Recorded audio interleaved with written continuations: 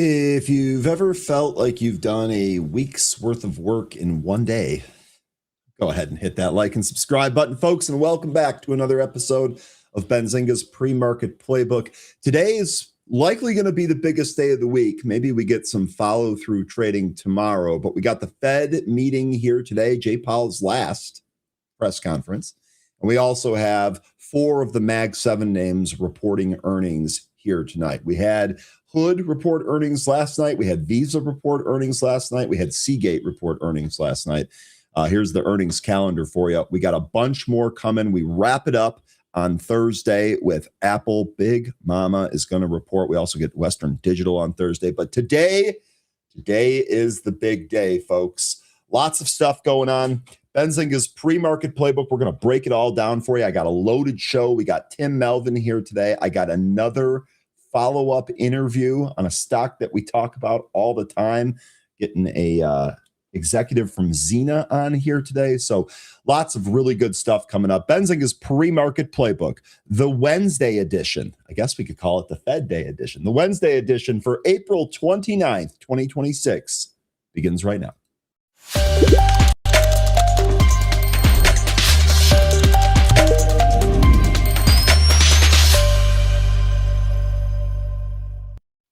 All right, folks, good morning and welcome back. It's great to see a whole bunch of returning faces. I hope that you're rested and ready because this hump day likely going to be the busy one, the big one of the week here. Richard Judge is first here today. Good morning, Judge. Welcome. Hopefully you're doing well. Hopefully you had a great rest of your Tuesday. Peter, good morning. Welcome back. Cad Monkey, good morning. Welcome back. Robert, good morning. Welcome back.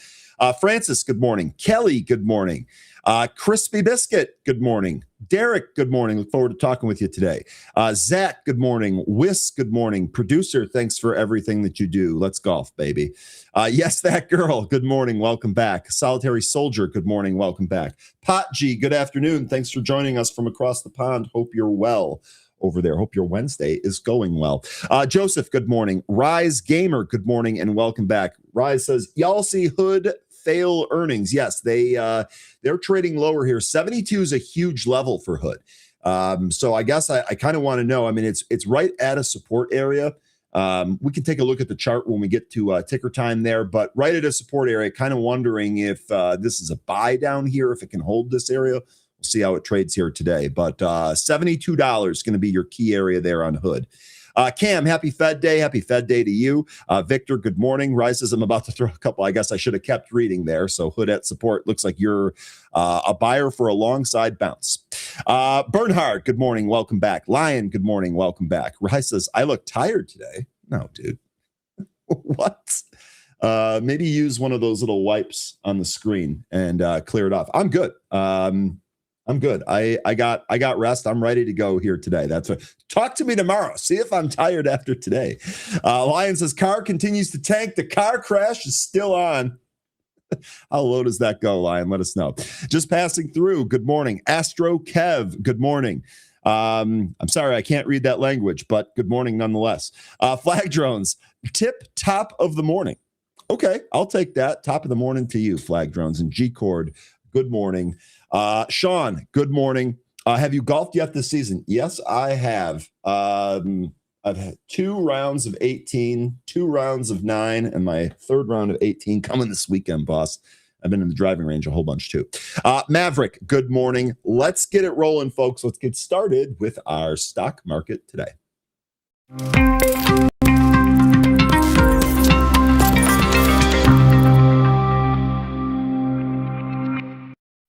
All right, futures relatively tame ahead of the big events slated for Wednesday here. We did have some earnings here this morning as well, but S&P futures holding it just about unchanged. I actually see it as up 0.01%, up a quarter, literally a quarter at the moment. So basically unchanged there on the S&P. Dow futures down 0.03%. They're down 14 whole points, so that's also basically at unchanged. The NASDAQ up 0.23% this morning. So kind of mixed, but really close to unchanged. Definitely feels like we're waiting for some of the bigger catalysts here today. Now, let's take a look at some cues from last session here. I'll actually just leave this right at the top here. Consumer staples, real estate, and energy shares led the S&P 500's majority gainers on Tuesday, while IT and material sectors finished in the red. Today, investors will be closely watching the Federal Reserve's decision to gauge how the central bank is navigating interest rates amid the ongoing U.S.-Iran war. Additionally, Jerome Powell's press conference at 2:30 p.m. Eastern is widely considered to be his last as the chair of the Fed. CME Group's watch tool projections shows the market pricing in a 100% likelihood of the Federal Reserve leaving the current interest rates, unchanged in today's meeting. No surprises there. 4 out of the 7 Mag 7 heavyweights will announce their earnings results after the bell. These stocks include Microsoft, ticker MSFT, Meta, ticker META. Meanwhile, the 10-year Treasury bond yielded 4.36%, and the 2-year bond was at 3.85%. Now, we have several stocks in focus here for you today, and the first one is an earnings player from yesterday. This is going to be Booking Holdings. The ticker on this is BKNG. Shares of Booking were 4.13% lower in the pre-market today after the company said it sees second quarter sales of $7.07 billion to $7.2 billion. That was versus a market estimate of $7.566 billion. So that guide coming in a little light and Booking trading down on the back of it. The next stock on our list is going to be Robinhood. Ticker is HOOD. The stock dropped 9.6%. Actually fell a little bit more here this morning as it missed the street consensus of $1.18 billion. The company reported earnings per share of 38 cents in the quarter, which missed the street consensus estimate of 46 cents per share. So Hood also missing. The next stock on our list here is going to be Starbucks. Now, Starbucks, ticker SBUX, jumped 5.37% after reporting fiscal second quarter revenue of $9.53 billion, which beat the analyst estimate of $9.16 billion. The coffee giant reported adjusted earnings of 50 cents per share for the quarter, and that beat the analyst estimate of 43 cents per share. The next stock on our list is going to be Amazon, and it's also basically flat. It is expected to report earnings after the bell here today. Analysts expect it to post earnings per share of 165 on revenue of 177.3 billion.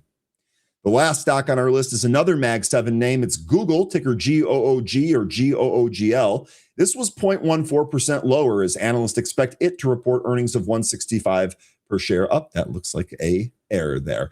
All right, so Google is going to be reporting earnings here later today, along with three other Mag 7 names. This is indeed going to have the biggest impact on how we trade tomorrow.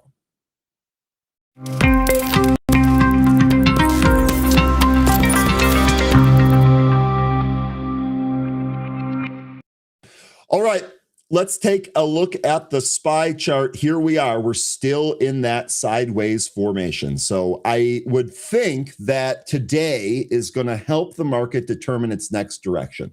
I guess I can't be 100% sure, but between the big earnings reports and the Fed decision and the press conference, I would imagine that our next direction here is going to be sniffed out by the market today. So we're still trading sideways. We're still above the breakout trend line. If we fall, I would actually look for support from the 20-day moving average. That's currently at 692. So I'm not sure that we get down there in one swoop there. I also expect some support at the round 700 number. We use that as resistance for what felt like months. So we'd probably see some support there if we come back in and test that area.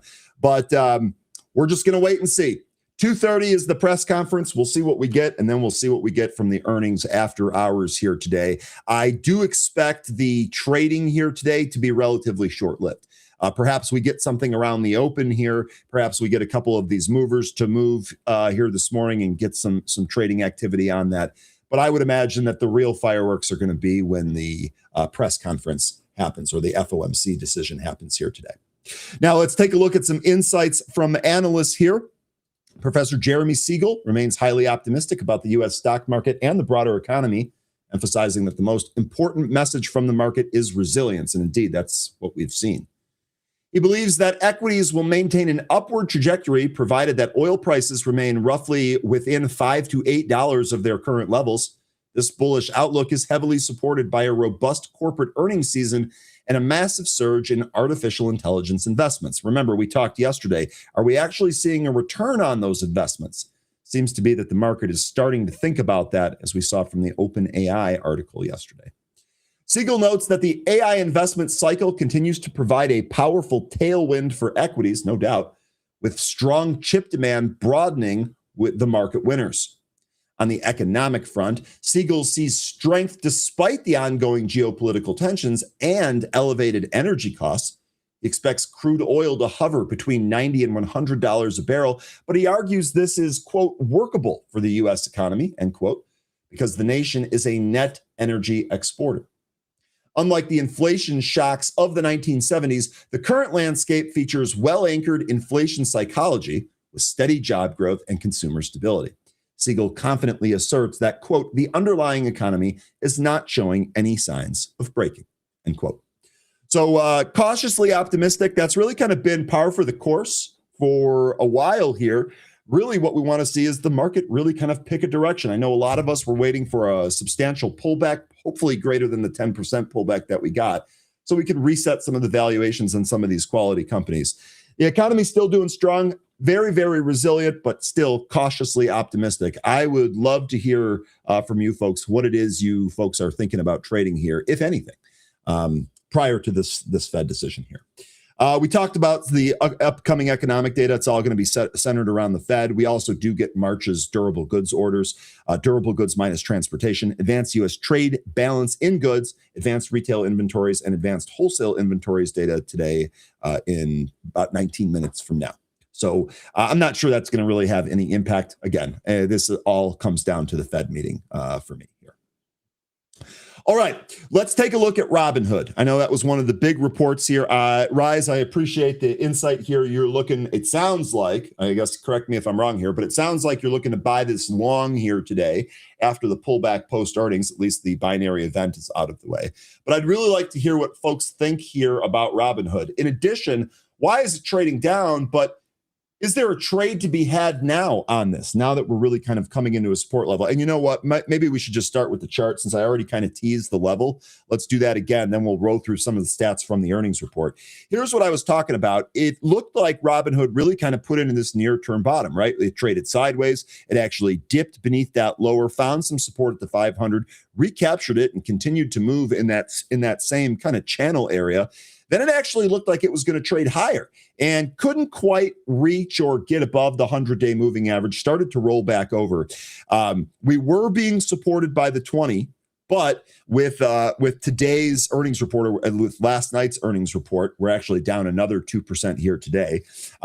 We're right down here, 72.92. Now, this blue horizontal line that pretty much bisects the entire middle of the chart, this is a former resistance and support area.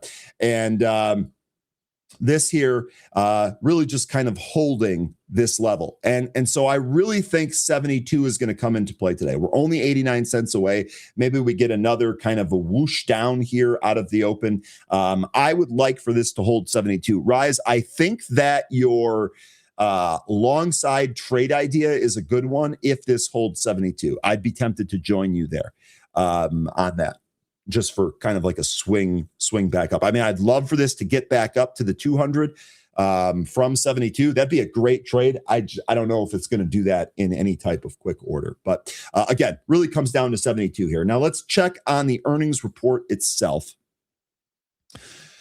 Robinhood, ticker HOOD, missed Wall Street's first quarter estimates, even as revenue climbed and customer deposits stayed strong. On Tuesday, the brokerage posted first quarter revenue of $1.07 billion, which was up 15% from a year earlier, but below analyst expectations of $1.18 billion.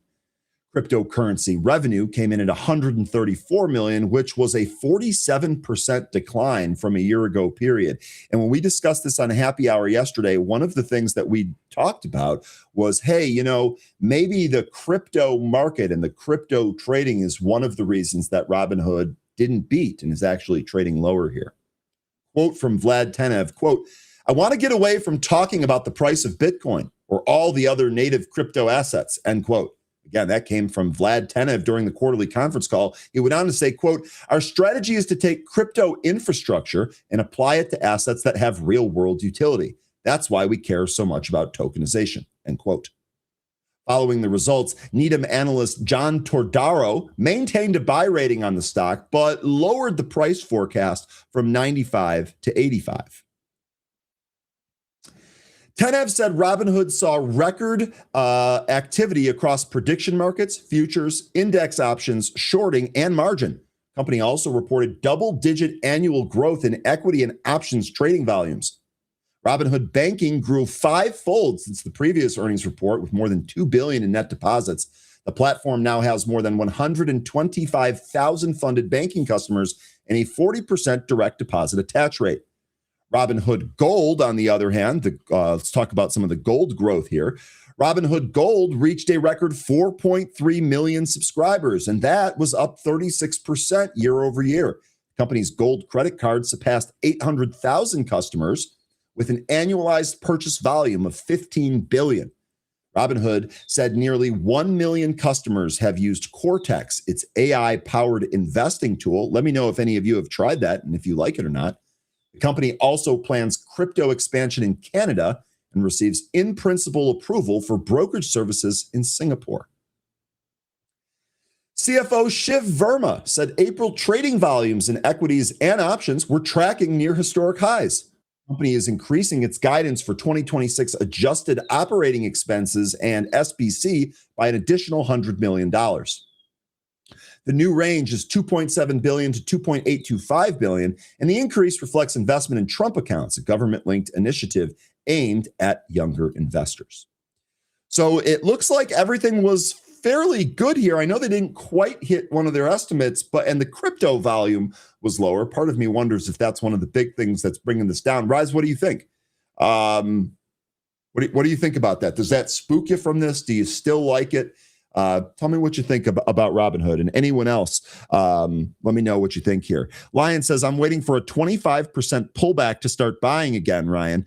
Are you talking about the broader market, or are you talking about the individual name like Robinhood here? Let me know. And then Raya is saying here, on June 4th, 2026, the 25K PDT rule is being scrapped.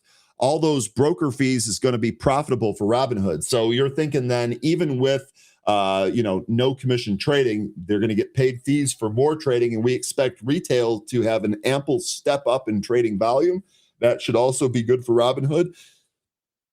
I see that, and I also think that there are probably more accounts on Robinhood that are currently under this threshold that want to become more active. I think that as far as like a catalyst here, I think that's also pretty good. I think that's also pretty good here. Okay, next stock we're going to take a look at here is going to be Visa. I haven't seen Chris here this morning, but Chris, I know you've been kind of all over, if you are here and just haven't said good morning. I know you've been all over Visa for a while. Visa actually had a strong report here. Visa shares, ticker V, rose in pre-market trading on Wednesday after the payment giant reported first quarter results that topped Wall Street expectations and lifted its full-year outlook. The company posted quarterly earnings of $3.31 per share, which surpassed estimates of $3.10 per share, according to Benzinga Pro. Revenue came in at $11.23 billion, ahead of the consensus estimate of $10.74 billion. Net revenue increased 17% year over year, which marks Visa's fastest growth pace since 2022. Payment volumes rose 9% year over year to 3.7 trillion, while total transactions increased 9% to 66 billion. And this reflects a steady global consumer spending and network activity. Revenue from commercial and money movement solutions climbed 24% year over year, driven by strong adoption. Value-added services accounted for 30% of net revenue and grew more than 25% in constant currency. Visa Direct processed 3.7 billion transactions, which was up 23%, with its network expanding to more than 18 billion endpoints globally. Stablecoin-linked card programs exceeded 160 worldwide, with associated volume surging nearly 200% in the second quarter. Stablecoin settlement volume reached an annualized $7 billion, which was up 50% sequentially. Visa returned significant capital to shareholders during the quarter as well, repurchasing $7.9 billion in stock, its largest quarterly buyback on record, and paying $1.3 billion in dividends. In April, U.S. payments volume rose 9%, supported by 10% growth in credit and 8% in debit. Cross-border volumes increased 9%, led by 14% growth in e-commerce and 5% growth in travel. The company revised its full-year guidance, now expecting net revenue to grow in the low double-digit to low teens range and earnings per share to increase in the low teens. So Visa with a pretty good report out there, trading higher here today. Let's actually see how Visa's doing. Yeah, that had an impulse move on the actual print yesterday, and it is right back at those highs here today. So we'll see if Visa can snap 330 to the upside and give us some more action there. Again, that's ticker V. Okay, how are we doing on time here? We got a little bit less than 10 minutes till Tim. One of the other companies that reported earnings yesterday was Seagate. Jim Cramer highlights how Seagate's smart movement, how AI FAQs reveal a gigantic data needs and strong demand. The memory players continue to be strong here. Seagate popping on its earnings and still at the highs here today. Seagate Technology Holdings, or ticker STX, those shares surged following a massive third quarter earnings beat fueled by rising artificial intelligence demand, a trend that was highlighted by CNBC's Jim Cramer and detailed by CEO Dave Mosley during the company's latest earnings call. Following Seagate's latest earnings call, Cramer took to X to highlight a specific exchange regarding the future of AI data storage. Quote, and here's the tweet for any of you. Quote, smart moment on the Seagate call where they are asked to talk about use cases that use a lot of memory and can spiral into gigantic data sets, the process of FAQs, end quote. It was referring to comments made by Mosley regarding the rise of agentic AI. Mosley explained that AI-driven frequently asked questions are evolving from simple periodic queries into continuous autonomous workflows. These intelligent agents, quote, reference enormous data sets to draw your conclusion and may actually create new data, end quote. This is driving an unprecedented need for mass capacity hard drives. This AI-driven data explosion translated into a stellar financial quarter for the storage giant. Seagate reported quarterly revenue of $3.11 billion, a 44% year-over-year increase, and non-GAAP earnings per share of $4.10, comfortably beating Wall Street's estimates. Get back down here. Quote, we believe Seagate is entering a new era of structural growth as AI applications amplify data creation and support sustained storage demand, end quote. That was Mosley during the conference call. Reflecting this high conviction, management significantly raised its annual revenue growth target from the low to mid-teens to a minimum of 20% over the next few years. The company's profitability also reached record highs, generating $953 million in free cash flow. Kramer had earlier described STX's earnings as having a, quote, insane beat, end quote, versus its estimate. To meet the market's accelerating needs, Seagate is aggressively scaling its high-density HAMR-based Mosaic platforms, that's HAMR, with nearline capacity almost fully allocated through calendar 2027. The company is demonstrating immense pricing power. As the tech industry shifts towards heavy data retention for AI compliance and reasoning, Seagate's strategic focus on areal density ensures it will remain the backbone of this rapidly expanding gigantic data era. Seagate stock surged 110.26% year to date, while the NASDAQ composite advanced a mere 6.15% by comparison. Furthermore, the stock was up 159.65% in the last 6 months and 604.76% over the year. So Seagate just a massive, massive win there. Okay. One more AI-related Jensen story here, then we're going to get to Tim. I know Tim also has some really cool AI stuff that he's going to break down. I actually can't wait for it. I told you we had a loaded day here today. It's easily going to be the biggest one of the week. But let's see what Jensen has to say here. NVIDIA CEO Jensen Huang calls AI brand new jobs creator, but warns it will transform every role. So again, I know we've talked about how AI is going to kill jobs. It's going to delete things. It's going to do this and this and all of that. But I suspect it's also going to create new jobs here. And I can't help it. I'm just a glass half full type guy. NVIDIA, ticker NVDA, CEO Jensen Huang said the engineering careers will become central to the AI era as artificial intelligence transforms industries and accelerates what he describes as a new industrial revolution.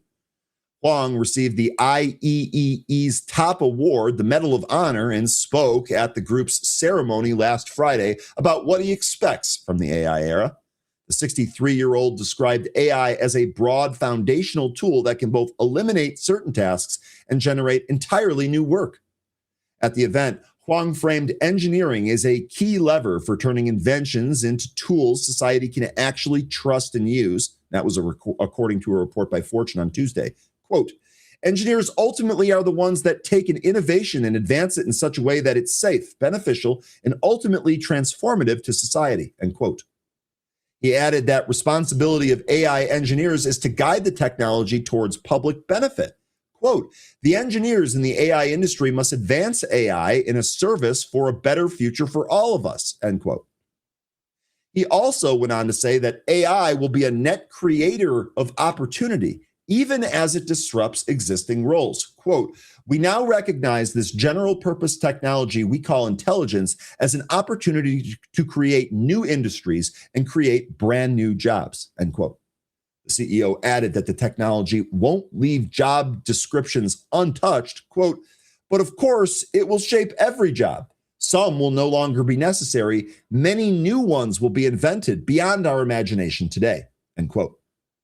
Now, earlier, Reddit, ticker RDDT, Reddit CEO Steve Huffman said AI-trained graduates had an advantage in the job market and could be prioritized for hiring because they were already fluent in AI-assisted coding. Uber Technologies, ticker UBER, reported that 95% of its engineers were using AI tools on a monthly basis. CTO Praveen Nepali Naga called it a, quote, real reset moment for engineering, end quote, as AI systems increasingly generate code with limited human input. Anthropic CEO Dario Amodi predicted AI could take over most software engineering tasks within months, saying some engineers were already relying on AI to write and refine code instead of doing it manually. And indeed, this is exactly my experience too. A dummy like me who can't code his way out of a paper bag is able to create things that work and indicators that actually work the way that they're designed and the way that they're imagined up. So I talk to developers all the time, both ones that work for us and ones that don't work for us. Every single one of them says the exact same thing. Their productivity is higher, their ability to work is higher, or their ability to do more is higher because of AI. It is a net benefit. We also heard from Accenture CEO Julie Sweet that, hey, if you wanted to get promoted and move up the ranks at Accenture, you're going to need to use AI and need to use it regularly. All right, folks, moving right along. Let's go back to pro here, at least temporarily. Let's go ahead and bring on Tim Melvin, one of our favorite guests, and I think he's got some spicy stuff for us today. Let's bring him on and see how he's doing.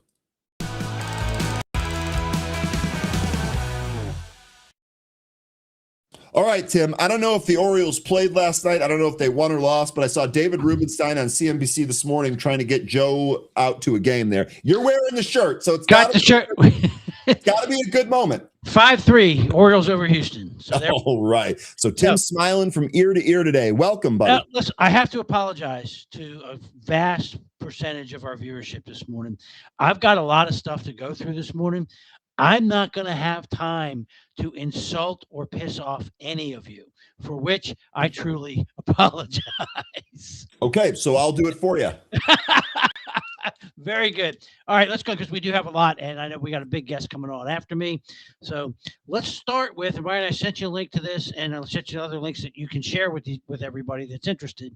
Paul Tudor Jones gave a fantastic interview with Patrick O'Shaughnessy on the Invest Like the Best podcast. Now, Patrick is one of my favorite people on the planet. His dad is Jim O'Shaughnessy, who wrote What Works on Wall Street many, many years ago, one of the first kind of bringing quants to retail investors. And Patrick routinely just interviews these great investors, and Paul Tudor Jones came on.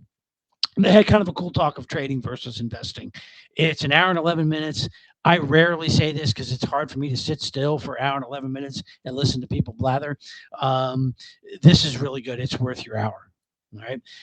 But Paul talks about that even as an investor or a trader rather than an investor, he realizes, and he went through this whole mea culpa apology to Warren Buffett because Paul has routinely insulted Warren for his long-term positions over decades, right? And he said, you know what? I got to apologize. Looking back, it was the really longer-term trends where I made the most of my money. Right. And Tudor Jones is known as this very great short-term trader, but it's been long-term trend ownership that have really, really, made a difference in his returns. And he said that there is a huge benefit to thinking longer term. He also said something that you've heard me say about 1,000 times, and that the key to trading success is not your magic indicator. It's not which line you choose to draw on the chart.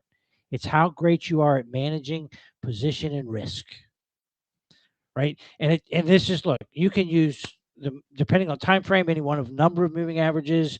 Same thing with VWAP and a bunch of other different lines. But it's your discipline around managing that trade, letting winners run to become long-term winners, and managing short-term risk that's going to determine your success level. I thought it was a fascinating conversation on that aspect of trading. Okay, link is in the chat for that interview. I might have to listen to that one here. Yeah, and I'm not even done with Paul. Paul also goes into, and Paul is legitimately one of the best risk managers in the history of markets. All right, he says, "Look, what are you worried about? AI. He said, "My problem with AI is not that it's great. We use it, right? We're familiar with it. It does. It's got all these productivity benefits, but there's absolutely nobody, and this is a little more true than we want it to be, as we'll see in a second. Nobody's really worrying too much about the threats, and the threats are not little threats, right? If AI goes wrong, it's a big deal." Mhm. Right. And Jones said nobody's really addressing this, and somebody needs to be kind of managing and looking at that. And he kind of thinks that, look, AI has the possibility of a real tail event, right? A massive economically or physically destructive tail event. So we have to be aware of that. Nobody, nobody is talking about that, and nobody is taking the role of risk manager in the current AI environment. So I thought that was interesting. Now, Jones did say that one of the things that he's been really good at is getting into these longer term trends at the moment of extreme fear and greed. And I agree. Paul Tudor Jones is one of the best at that, at catching these trend reversals. But he's also done it with great risk control. And he once said in an interview that Paul Tudor Jones picks the bottom in bonds is very interesting. And it's a much better headline than on his 17th try, Paul Tudor Jones picks the bottom in bonds. So it is about identifying those exhaustion points, which Ryan and I kind of went into a little bit last night in the webinar, looking for those oversold and overbought points. Yep. But identifying where big trends are going to change and massive turning points, and then holding through the entire change, that's the secret to success, distilled down into about just two sections of this long podcast. It looks at an hour and some minutes. Just kind of taking a look through here for what else was really in here. Tudor Jones, of course, is famous for calling several crashes, but most notably 1987, where he and Mark Mhm. Zweig both just nailed it. But he said, look, he's benefited from most of the crashes that have happened in the world because he was positioned to the other side, correctly identifying that there was too much leverage and too many derivatives in the system at that moment in time. And leverage can take different forms. Now they asked him, Paul, what are you worried about today? Are we in a bubble? He said, well, look, when we look at this, we're in a bubble of leverage, and the leverage this time, it's not necessarily traditional leverage that we borrowed too much money. He said, but the entire economic system right now is levered to a stock market that's going up. Now stop and think that all the way through, and he's right. Right? Everybody's salaries, 401k, retirement plans, bonuses, stock options. Yep. The entire economy is driven by the top 50%. And everything that it has to do with the top 50%'s income and wealth comes from a higher stock market. We are way too leveraged to the performance of the stock market as an economy and as a society. And he touches on, and I agree with, maybe even as a government. So very, very interesting thought. He points out that one of the reasons stocks have been up has been we've been retiring 2.3% of all stock for the last several years via buybacks, and the capex picture is going to change that. Every dollar that you spend on AI related capex is not going to buybacks, and that's going to take a huge buyer out of the market. Now, how long is that going to take for us to realize? Like, is that going to be an immediate impact, or are we going to see that as companies buy back less of their stock quarter after quarter after quarter? Are we going to see the effects spread out over the course of a year? I think this is going to be one of those waterfall things where you're just kind of you're going along, but then all of a sudden the reality of it steps in and it turns into an event that triggers a sell off. Okay. So almost So like something that builds and then capitulates yeah, eventually. yeah, Gotcha. and Okay. the point that he's making is the build is starting now. So you need to be aware of this, and you need to be watching for those trend exhaustion points. And by the way, we've just had this 13-day upstring, and we're in this great trend at 12% month, but we're not at trend exhaustion points except on very short-term readings. Okay, so we're not at a trend exhaustion point. We talked a lot about this last night as well, Ryan. That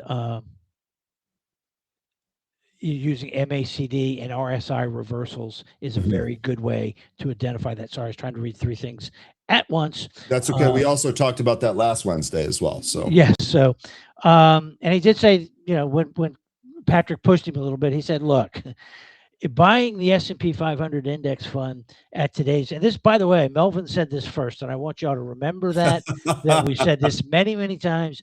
And the real test of a man's intelligence is how much he agrees with you. And by that standard, Paul Tudor Jones is truly brilliant. He said buying the S&P 500 at this level with we have market cap GDP ratio of 230, one of the highest year ever, is a bad trade. And I've said that over and over again. If you're yeah, 20, if you're 20, that's pretty good. You're going to be okay. You got time. It's going to work out by the time you're 70 and want the money. Buying it a higher the type valuation we have now doesn't matter.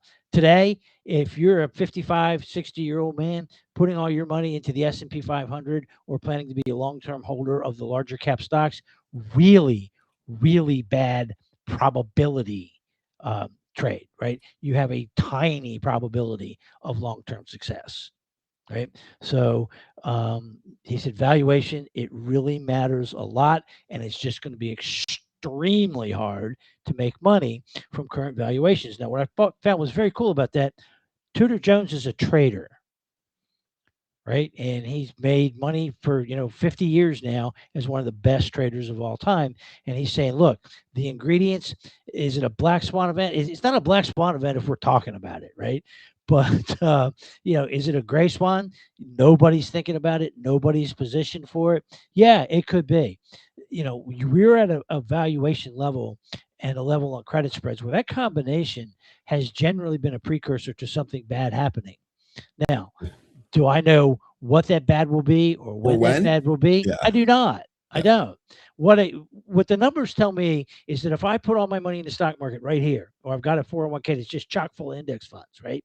The result for me from here to here is probably not going to be great. Now, what does that look like? Do we have a melt up and a melt back down to this level? Do we have a crash and a slow grinding recovery? Or do we just have a market that does this for 10 years, which is, by the way, is a nightmare because then Yeah. nobody's making money.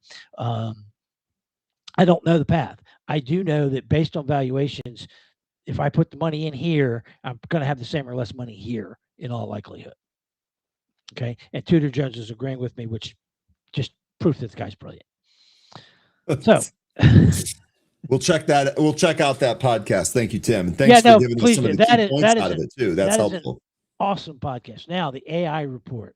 Now I got a link for you guys for this. This is put out by Stanford University, and it is funded by everybody that matters, and AI has a voice on this thing, has kicked in a couple bucks to get it done. It's a real easy read, though. This is only going to take a couple minutes out of your day. It comes in at a mere 423 pages, and it ain't a chart book. It's mostly text. So there's a little bit of reading going on here. This is also real quick, just for, I know everyone's first thought is I don't really care that it's 400 pages. AI will do the work for me. It's actually too big of a file to upload to most AI tools. Yeah, so you're going to have to find a different way around it. You want to at least skim this a little bit, right? If you care about the future of AI and what's really going on and where this is going. And maybe you don't. Maybe you just care about which stocks are surging in pre-market, and that's okay too. But if you really have an interest in AI, this is the one report that you kind of got to read every year. I got some of the top takeaways on the screen here. The first one is one I wholeheartedly agree with. AI capability is not plateauing. It's accelerating and reaching we're more not people than ever. What's that? Thanks for bringing that up, Ryan, because that's exactly what I was going to go with as my lead here today. We're not even close. Yeah. Right. We are, we're not even in the first inning. We may still be in batting practice. And, as a self-identified original skeptic, as late as early 2005, maybe even a little later into that year, I'm shocked, stunned, pleasantly surprised by how fast AI is adapting. Now, this does create that risk that Tudor Jones was talking about at some point, but it's accelerating And when you talk to people in industries, you're starting to see it. It's not just being used in tech now. Right? Bankers are starting to use it. Insurance is starting to use it. So a lot of industries are starting to use this now. Check this out, Tim. I saw this tweet yesterday. Now, it's from PreMarket, so take it with a grain of salt. But it says, just in, the FDA reportedly plans to use AI to shave months, if not years, off drug trial timelines. So when you talk about this getting multiple applications or different applications, you're correct. And I would venture a guess that we're not even going to be able to predict all of that. No, and this does take this through industry by industry by industry by industry. So you can look at what's going on in science and engineering and medicine and in a bunch of other different fields. But it's the second one that, even if you're leaving the futures in God's hand, this one should, kind of make the hair stick up on the back of your neck. The US China AI model performance gap has effectively closed. Now, we had a massive lead. We are still outspending them by something like 20 to 1 on AI. They've caught up. Now, so US and Chinese models are trading the lead multiple times since 2025. And every time we're coming out with one, they're coming out with one. That's why when I look at, local cities and municipalities saying, you know what, we're just going to outlaw data centers because they're using too much electricity and water. That's not going to work, folks. What is going to work is finding a way to deal with that, finding a cooperative partnership, having the AI company kick in to pay some of the costs. But we can't just say no, right? We can't move our data centers to Qatar or the Middle East or to Latin America because at some point change of control or getting bombed becomes an issue, right? So this one is one that makes me kind of tense up a little bit because whoever gets AI first is most likely going to get to quantum computing first. And whoever has quantum computing and AI, and they're there first, both of them, anybody gets to that, that's a game over situation politically, geopolitically, because then you can crack everything. You can crack all it's a stunning implication. So that's the one that makes me get the little hair sticking up on the back of my neck. United States hosts most of the data centers, but the majority of their chips are fabricated by TSMC in country. We're in the process of changing that. It takes a long time. It takes a long time. We got to speed that up. And we're trying. And we're trying, but there's only so much you can do. Yeah. And if we kill some obscure species of worm that's now going to go extinct, that's just going to have to be too bad for the worm. Okay. Because we can't have that. China is, I think it's longer from, I know it's longer from New York to Miami than it is from China to Taiwan. It's really close, right? It's like US Cuba close. Mm-hmm. So we can't have all of our chips made in Taiwan. It just doesn't work from a geopolitical point of view. And here's what I want you to keep in mind when you meet that guy that's got the AI model that's going to make you rich by tomorrow. Okay. They can win a gold medal at the International Mathematical Olympiad, but it can't reliably tell time. So think about that. It's very much a garbage in, garbage out thing with AI. And there are some things that at this moment in time, AI can't do. And then the other one that I find interesting, robots still fail at most household tasks, even as they excel in controlled environments. So, and we hear all the things about robotics are going to do this and they're going to do that, and they're going to do a lot, and they're going to make the world a more efficient, more profitable place. And I'd really like to see all militaries go robotics because I don't mind them shooting my robot as much as I would them shooting my son.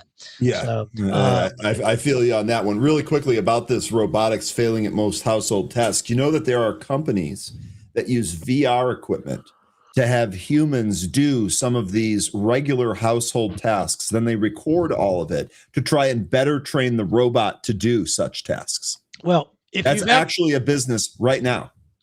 I believe it. If you've ever seen the video of the poor guy, and this video is awful, so if you don't have a strong stomach, don't watch it. But the guy's dog had an accident in the house, and unbeknownst to him while he was at work, and then the Roomba came out.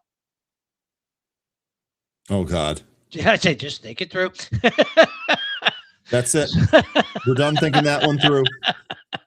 So, robotics is coming. It's not where they're telling us it is. The robots are not going to take your job today, tomorrow. They may not ever. They might take your kids, but they're probably not taking yours. Now, and again, this is Paul Tudor Jones's point. Responsible AI is not keeping pace with AI capability. Now, number 7, and this is, Ryan, I've said all along, the U.S. economy's got these powerful tailwinds. The only thing getting screwed up is bad policy. Number 7 is bad policy at work.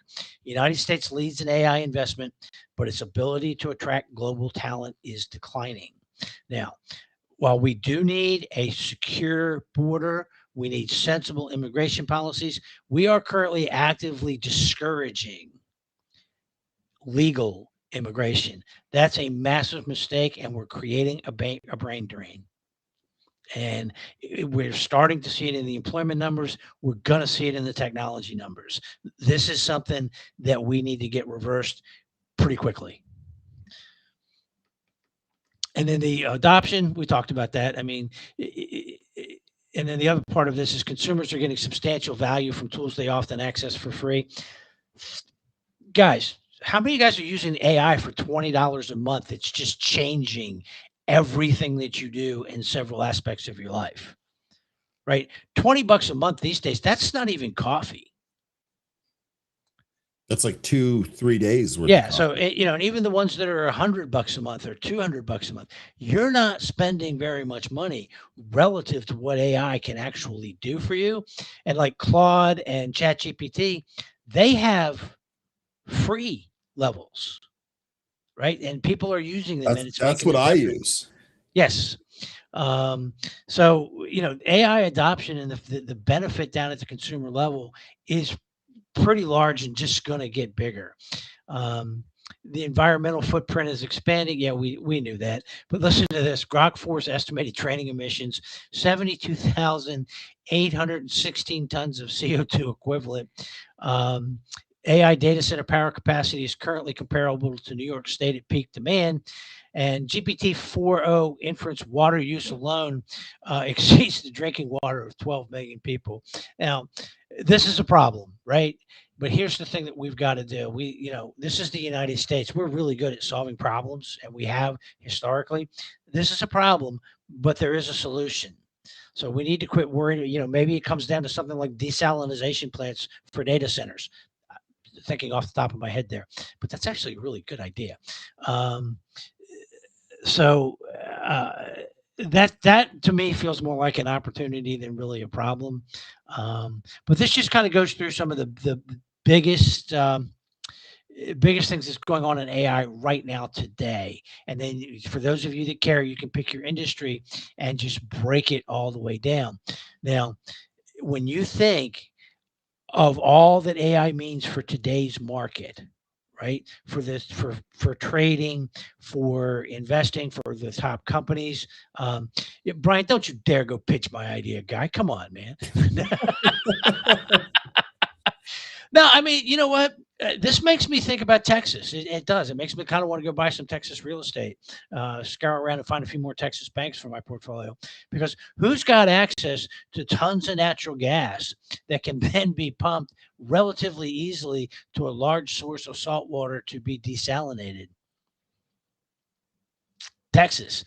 LMND is looking good. And you know what? I like that one. Thank you for bringing that one up, because that is one of our trade alerts stocks that we have had for a while, just because their fundamental momentum using AI to price insurance has been spectacular. So I don't want to get too much further down this, because I got one other report I want to go over real quick that actually has some tie-in.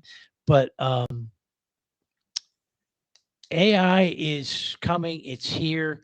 It's going to be used. Did you make the point about it? It's going to be used in schools. And I'm going to point you guys at something for those of you that have an interest in education, because I think this is huge. There's a school called Alpha School. Alpha School came out of Austin, Texas. It's spreading across the country. It's a private school, but these techniques can make their way into public school, and they need to. Um, Alpha School is using AI to teach the core curriculums, right? And that they're taking up half their day just using AI to teach core. The rest of the day, the kids spend time learning about what they want, whether that's philosophy or history or science or whatever that thing is. But the test scores have gone boom off the charts. So they were challenged on this. They said, well, it's so much easier. You've got rich kids with, parental involvement. So they took it and they taught it in an environment where that wasn't necessarily true. And it worked. They don't have teachers. They have facilitators and coaches that guide the AI in teaching the kids. And the results are spectacular. So, and then when kids are devote time to learning things they care about, they learn better. They're learning better. Absolutely. Right? That's kind of the old-fashioned classical education thing, where you could kind of sort of pick your path through philosophy or science or whatever. Yeah. So there's stuff coming in AI that can fix the biggest single problem in the United States, right? Because if we fix our education system, we fix everything. And again, think that one through. Remember that you heard it here first, because it's true. If we fix education, you fix it everywhere. Now let's get to something a little bit more investable real quick before I got to go, because Ryan's going to yell at me. Because no, you're good, man. You're good. Got people coming up today that I know need to get on. The International Energy Agency came out with their latest report. Right, just kind of review. This is our projection. What's going to go on in the world. And let's just come on. I'm just going to give you the conclusions. Ryan has a copy of the report that they can give to you. And here's the picture. All sources of fuel grew. Everything, right?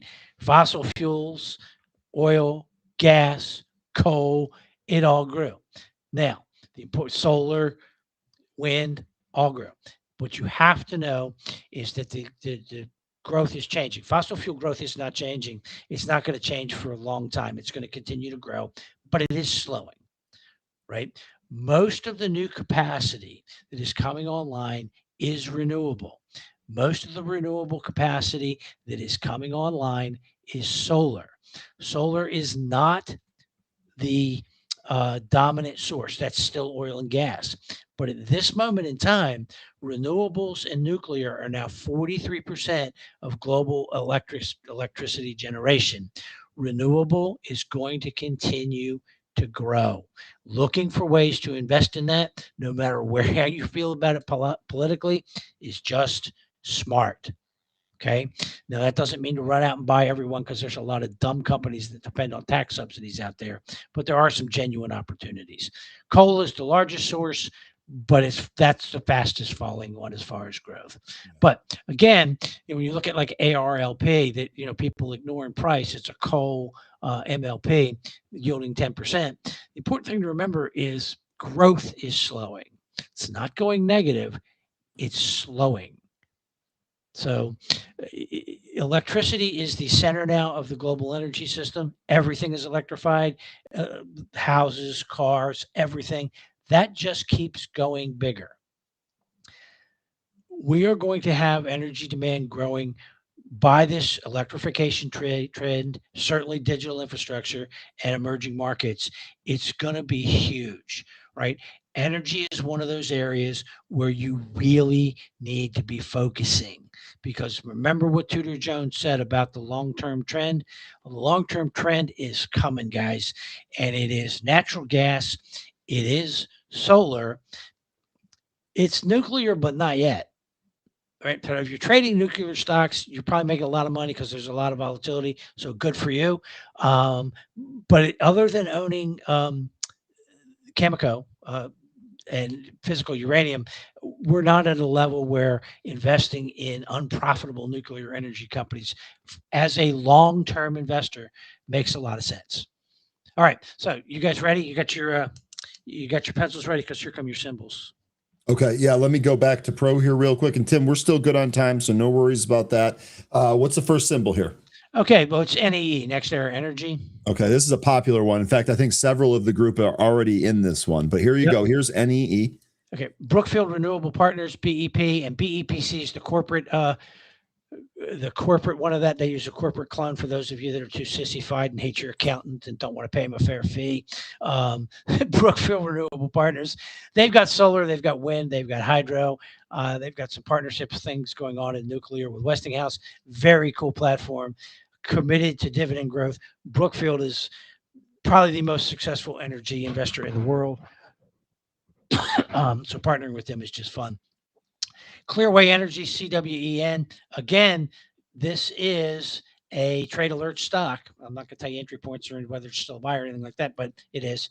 So CWEN, yield-oriented renewable energy owner. They've got wind, they've got solar, stable cash flows because they have long-term relationships globally. AES is quietly becoming a major renewable developer. That's AES. I think it's just AES. Yeah, AES. And then your usuals in solar, FSLR, Enphase, SolarEdge, SEDG.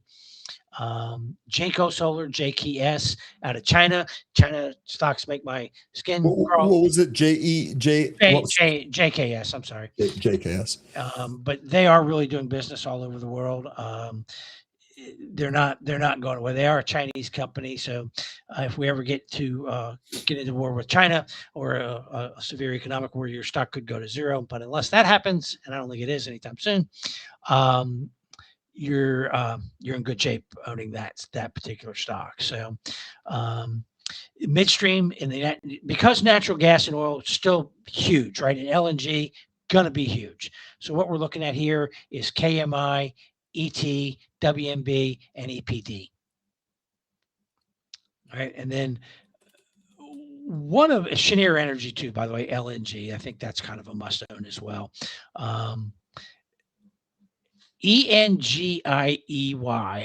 Yes, let me make sure I got the symbol right now. ENGIY. This is a French company. Okay. And when we look at this, they benefit from pretty much every trend that's going on. They have massive installed renewable base. They're developing more heavy exposure to solar, to wind, to battery storage. Oh, but wait, they're a major global player in LNG, both as a buyer and a trader. They have contracts extending all the way out into the 2040s. So they've got the cornerstone of energy transition, natural gas, and they've got them all over the world. And they're also a huge player in renewable energy. So they're pushing into ownership and construction of regulated grids. They're getting into transmission, distribution. They already own some pipelines. So that is kind of your one sort of global, let's buy that. And just hold it for the long term because you got solar build out, gas and LNG, infrastructure, and energy services. That's the whole trend in one company. Okay. Awesome stuff, Tim. Thank you very much. Let me drop the tickers that you were just talking about here in the chat. I did my best. I might have missed one of them in there, but I got most of them.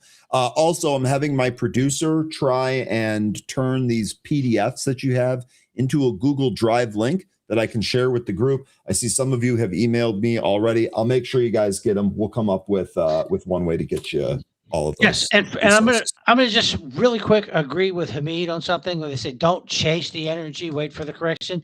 Look, volatility is either your best friend or your worst nightmare. Okay, wait for a buyable dip. You're probably gonna get lots in here in various segments of the energy market, but be smart about how you deploy money in energy because it is extremely volatile due to geopolitical conditions. So absolutely look for opportunities to be smart. Okay. All right, Tim, thanks very much. We appreciate it as always.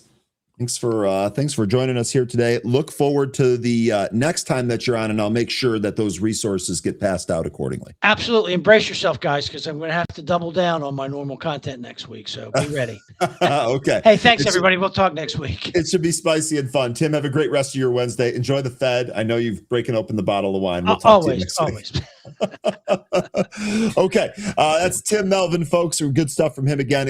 As mentioned, I am going to have my producer help me kind of turn some of these resources into drive links so I can just distribute them here in the chat. But we'll make sure that you have access to all of that content.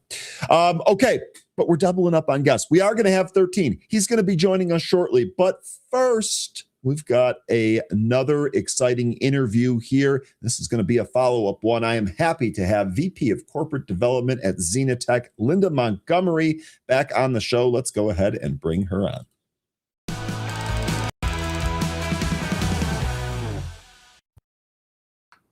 Linda, good morning. Thanks for joining us again. How are you? Good morning. How are you, Ryan? I'm doing really good. Another day, another dollar. We got a big slate of things to do here today. So you picked a good day for the company to report here. Let me just dive right into it. Can you tell me about this earnings report for those that maybe haven't looked into it yet? Sure. Well, we really had a phenomenal 2025.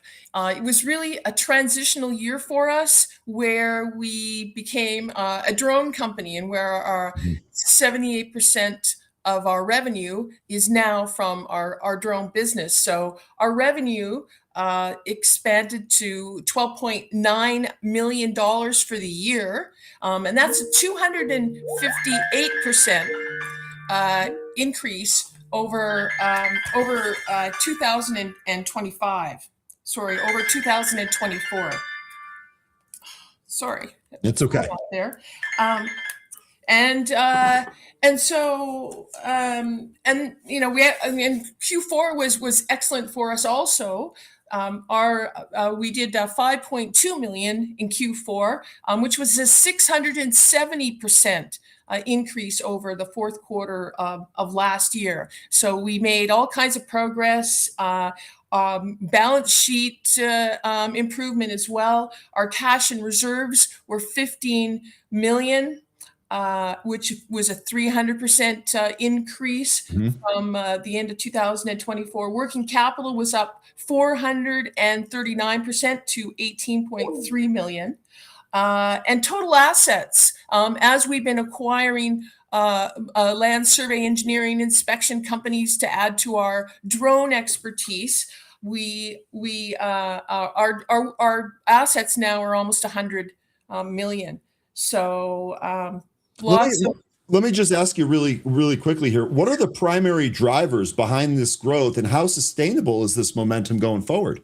Oh, we believe it's sustainable. We're actually building a foundation for an AI autonomy platform here with our drone services. So as I mentioned, it is driven by our drone as a service. We did 20 acquisitions, of which 19 were for drone as a service last year. And what we're doing is we're taking these low tech, these legacy businesses like land survey engineering, power washing, inspections of power lines and solar infrastructure, and we are rolling this up into our drone as a service platform. We want to offer these drone services faster, with more precision, and in many cases safer for business and government.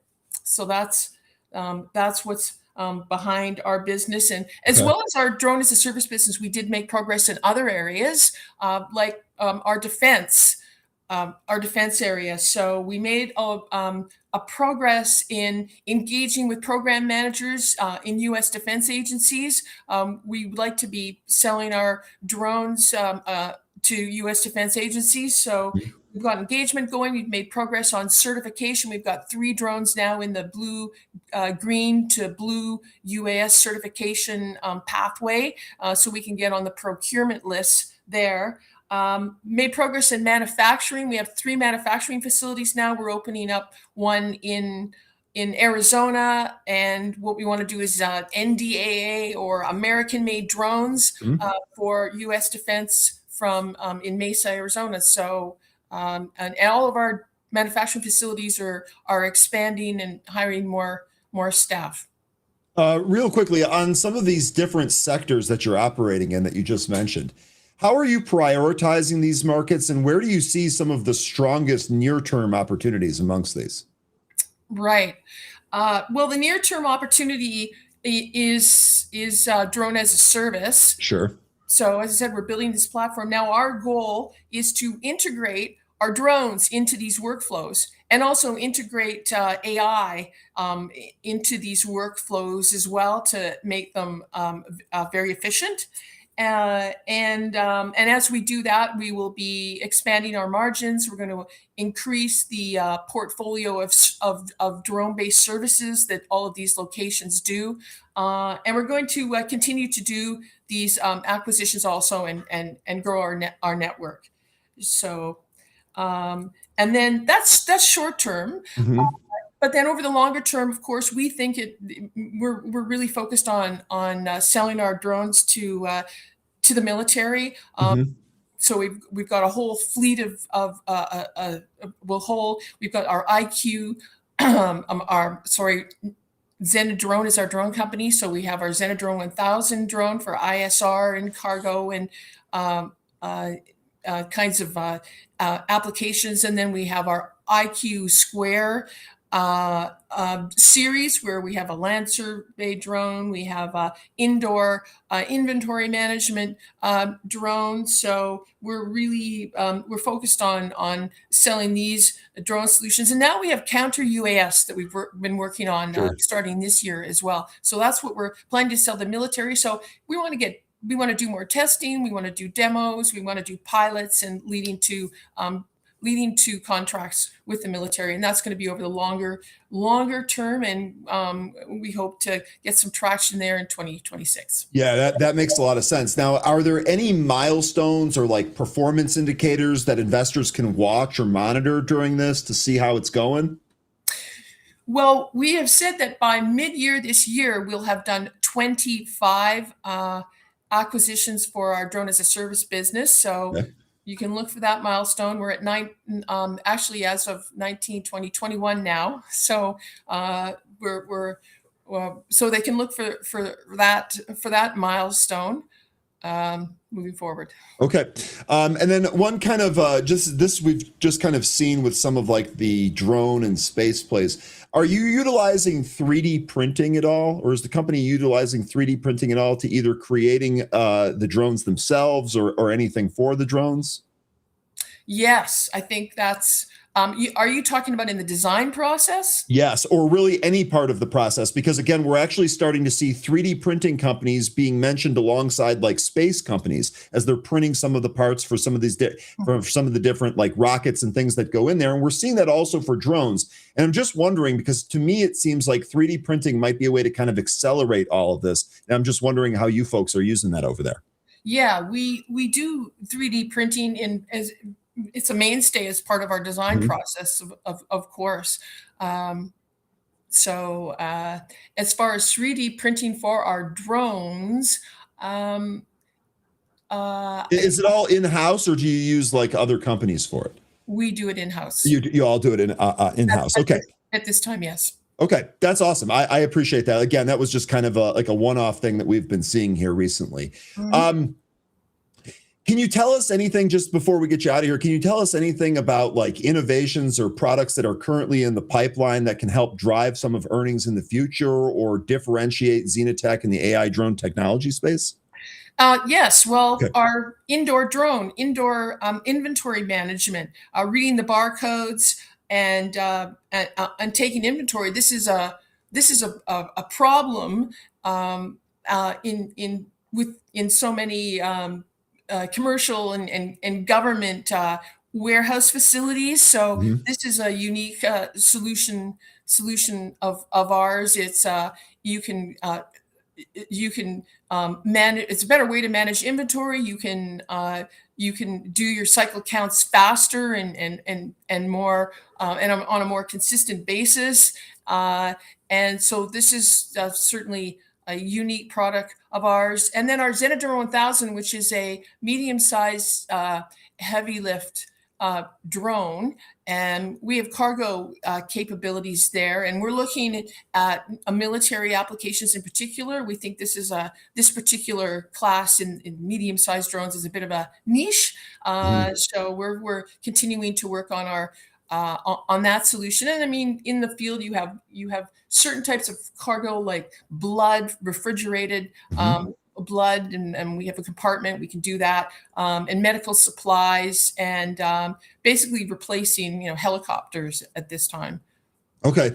I'll be honest. This all sounds awesome. I know we're in like the very early innings of this. It's great to see companies mature and move along the development cycle here. So, Linda, I can't thank you enough for joining us. I know you just released earnings here today. I'm sure you got a busy day ahead of you. I look forward to following the story, though. I look forward to having you back and following how all of this evolves going forward. Thank you, Ryan. Thank you for having me. You're very welcome. Again, folks, that is Linda Montgomery, VP of Corporate Development at ZenaTech. The ticker here is ZENA, and it is on the NASDAQ. All of this stuff really, really exciting. And again, we'll try and bring you as much of that as we can as we move through there. So thank you to Linda, and a thank you to the ZenaTech team for joining us here today. Moving right along here. Again, I said we were going to be busy today. Not going to waste any more time. Pre-market pulse starts right now.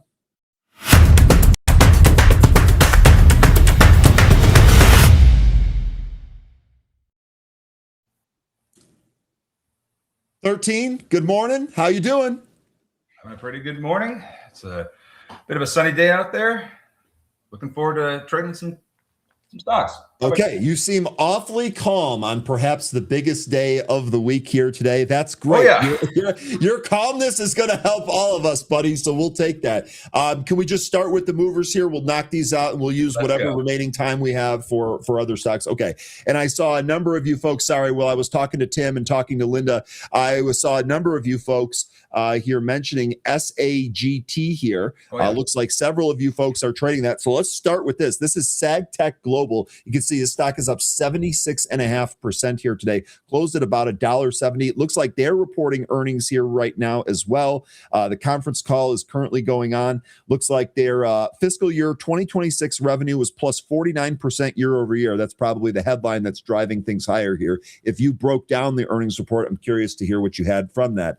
As far as the short interest goes on this, 1.66% of the float is shorted with 1 day to cover. On average, the stock trades just less than 200,000 shares. But today it's traded 52 million already versus a float of 4 million. 13, what do you think here on ticker SAGT?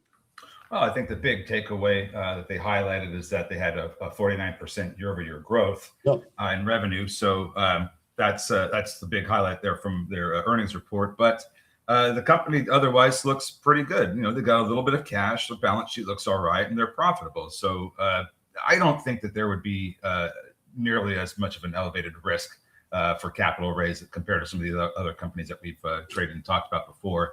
Doesn't mean that they wouldn't do that if they needed to raise capital, but I think it's very unlikely that we'll see any of that soon, if at all. As far as where we're going here today with this, I was looking at the chart, and it's not a very historical chart. We haven't had this trading a whole lot. I think we just approached the 1 year mark with how long it's been on the market. So I was looking at one of the charts, like the weekly, and since we've fallen back in June beneath the I would say the $3 or $3.50 level, or I'm sorry, $2.50 level, we haven't really been able to recapture that. So I was keeping an eye on 250 this morning for support, since we were already kind of trading above it when I came on here to look at it. So we did get some support from that area. It was just slightly above VWAP. We actually almost got a test of that around 850 this morning. So I think that 250 area, if we do end up coming back in, if VWAP doesn't provide support, that 250 area I'd be looking at next. As far as resistance, though, I'd be looking at 350 to 4 for resistance. It seems like 350, when we were on the way down here, it was trying to get some support from that area, fell through it, but it does look like that has some historical resistance there, that range. So I would just expect there to be some resistance between 350 and 4. Okay. All right. Really good stuff there. SAGT. Let's see what we get here today. Let me take a quick peek here at my broker. You know what? On this little staircase up, we did actually have a series of fair value gaps. All of them were touched. All of them resulted in a bounce. The most recent one was actually right in here. So I would consider it not unmitigated. I think we've definitely hit that. So I don't know if there's necessarily a trade off of any of these remaining, but so far, so good. Also, excuse me, I wanted to mention the 2 PDFs that Tim discussed not long ago. Thank you, producer. I turned them into linkable links, I guess. I turned them into links here, and I posted that in the chat. So if you're interested in either that global energy PDF or the AI index PDF that's super long, those are in the chat. If you've already sent me an email, I will respond just to make sure we cover all of the bases. But for any of you that are interested in that, you can grab it right now from those links. Okay. Good breakdown there, 13. I'm going to keep moving here. The next I have is XTLB. It looks like this was running. Was this recent? Looks like this is somewhat recent, so it's possible this wasn't on your list already. Yeah, I wasn't. Okay, XTL. Well, we'll do it here real quick together, and then we can follow the ones that are actually on your list. Okay. XTL Biopharmaceutical shares are trading higher after the company announced it signed an agreement to be acquired by Senga Bio. Okay, so this is going to be acquired. I wonder if it says in here. That would be the next thing to look into here. 100% of the. So I'm going to have to go through this and see what price it's at, but that's the news here. It's popping the stock by 60%. Quick peek at the short interest on this. Nothing. There's literally less than 10,000 shares, less than 7,000 shares held short completely. So short interest not going to play into this. It, on average, trades 11,000 shares a day. Boy, nobody's trading this thing. Today it's done 9.3 million versus a float of 7.3 million. Do you have any thoughts on this one, 13? I know this one's kind of a wild card, so it's all right if you don't. Yeah, I really don't. This is a lot of new information that I would need a little bit of time to go through here. We can touch on some of the things that I do see here from the chart. We do have a float of 7.3, so it is lighter. It's not going to be one of those heavy floats that just fades shortly after we open here. Let's look at the financials. Don't really have a great read on that. It doesn't look like their balance sheet is doing too well, but I don't have a real read on their income either. This is Israeli company. Let's look at their chart here. All right, so on the daily chart, we are now above the 50-day SMA, approaching the 200. That's going to be at about 4. I have a print of 405 for their current 200-day SMA. So I think aside from this consolidation back from January and February, and maybe some of these low prints from last year as well, that would probably be where I would think we see this come up to and find resistance, would be that $4 area. Maybe we blow past that in the pre-market. Maybe we find resistance there. We're actually just beelining for it right now. Maybe we find resistance there in the pre-market. Maybe it's in the regular session. If we go past it, then it becomes support. And the next resistance area I'd be looking at is going to be somewhere close to, I would say, 445 to 450. Okay. So here you go. Regarding this deal, it's obviously not a cash buyout. XTL Biopharmaceutical said it will acquire 100% of Saiga Bio in exchange for issuing ADSs representing 40% of XTL's post-transaction share capital. Oh, this is interesting. The headline that I read here says it's going to be acquired to acquire. Yeah. Okay. So I made that mistake. That was a good catch there, Webcoin. I had read the whim here, which said it's going to be acquired by Saiga Bio. It's the opposite. XTL Biopharmaceuticals will acquire Saiga Bio, and because it's not a cash buyout, it'll be done using stock. The announcement also says that XTL secured a $1.5 million private placement to help fund the transaction. So that's how they're going to get it done. So looking at a smaller time frame here, look at the 5-minute chart, and I was just pointing out that 405 area where the 200-day SMA is. We have now visited that area for a second time. Right now we're getting some pushback, but it looks like we're still trying to put clear this 200-day SMA. So this is an interesting area that we're in right now. if we do start closing over that 405, which looks like another buyer just stepped in to lift this higher, like I said, that's going to be support. But we still have to get through this candle here, and there's like 3 minutes 40 seconds. So we could still see this go back and forth, maybe even test the VWAP again. But those are the levels I'd be looking for resistance. Okay.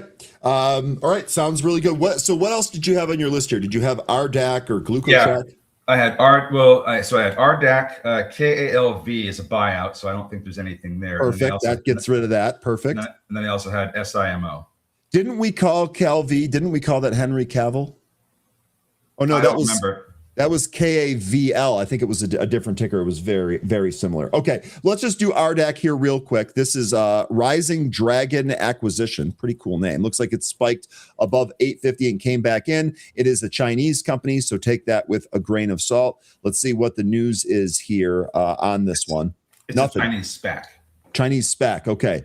And I've got nothing here in terms of new news. Go ahead. Go ahead. Actually, the if you go back to the news and you see that the headline from yesterday, there you go. In there is a letter to shareholders about a May 28th meeting. I think they're going to go over several proposals and vote on them. So I think that's the reason why this is moving. I don't know how great this is going to be. This could get faded because it's a SPAC for one. It's a Chinese company for another reason, and that meeting is not until May 28th. I don't really think there's anything else material in that. So this could get faded. Maybe it trades up and down a little bit, but I think there's going to be some other better names to trade today. It just be careful with this one if you decide to trade it. I don't know how great it's going to be, but like I said, I think other ones are going to be better. Okay. What was the other? You said KAV. Oh, that was a buyout. What was the other one that you had there? SIMO. SIMO. I feel like we've traded that one a whole bunch. Let me bring that up here real quick. Here's SIMO. This is Silicon Motion Technology. Silicon Motion Technology shares are trading higher if the company reported better than expected Q1 financial results and issued sales guidance above the estimates. Let me take a quick peek at the short interest here. Nothing, less than 1% here. 1 day to cover. On average, the thing trades 624,000 shares, done 250,000 already. Float is 32.6 million. So what do we got on SIMO 13? They reported earnings yesterday in which they beat on EPS and sales, and they so Wedbush maintained an outperform on them. They had a price target raised to 180. They also guided their Q2 sales higher than the estimates, much higher than the estimates. So I think that's all that is translating into this upside movement you're seeing here. It looks like it could still go higher. And so perfect. You have a 5-minute chart there. Following that first impulse move that took us up to, what is this, like about 180. Draw a trend line from there all the way through the most recent high that we had here at 725 this morning. And that gives us a upside target to shoot for, that trend line. Yep.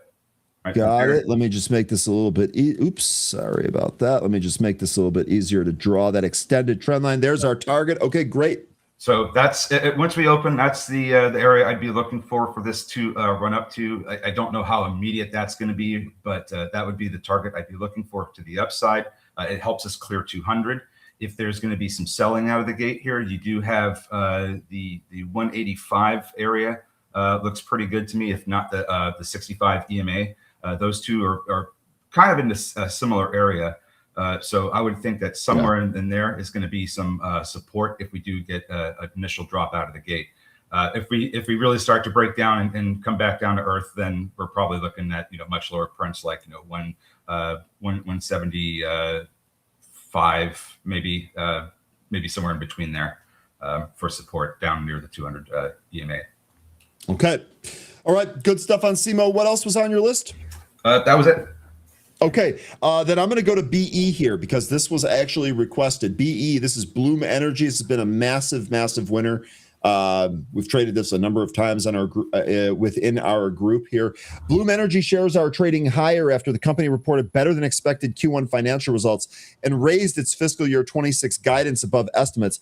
Also, BTIG raised its price target on the stock from 165 to 295.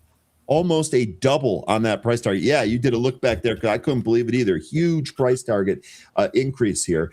I guess the big question that I have is this no longer a growth story? Like, is this an actual demand story here? Nice pop on the earnings. Looks like we're getting a little bit more of the movement here today. Do we get more out of the gate? Hard to tell. Stock's already up 22%. 11% of the float is shorted, 2 days to cover, not a whole lot there. This one's float is just about 250 million. 13, I know you didn't necessarily cover this one, but I know we've looked at Bloom Energy and other energy stocks as well. Do you have anything on this? And if not, do you have anything on the chart? My understanding with Bloom Energy is that this is probably going to continue to see demand for as long as data centers are existing and being built. I think I saw one interesting metric about how they are going to be in about 30 data centers worldwide by I think 2030 or something like that. Some really relatively short time frame. But that's a lot, and it's not that they are necessarily battery backup systems, but they are. It's a solid oxide fuel cell system.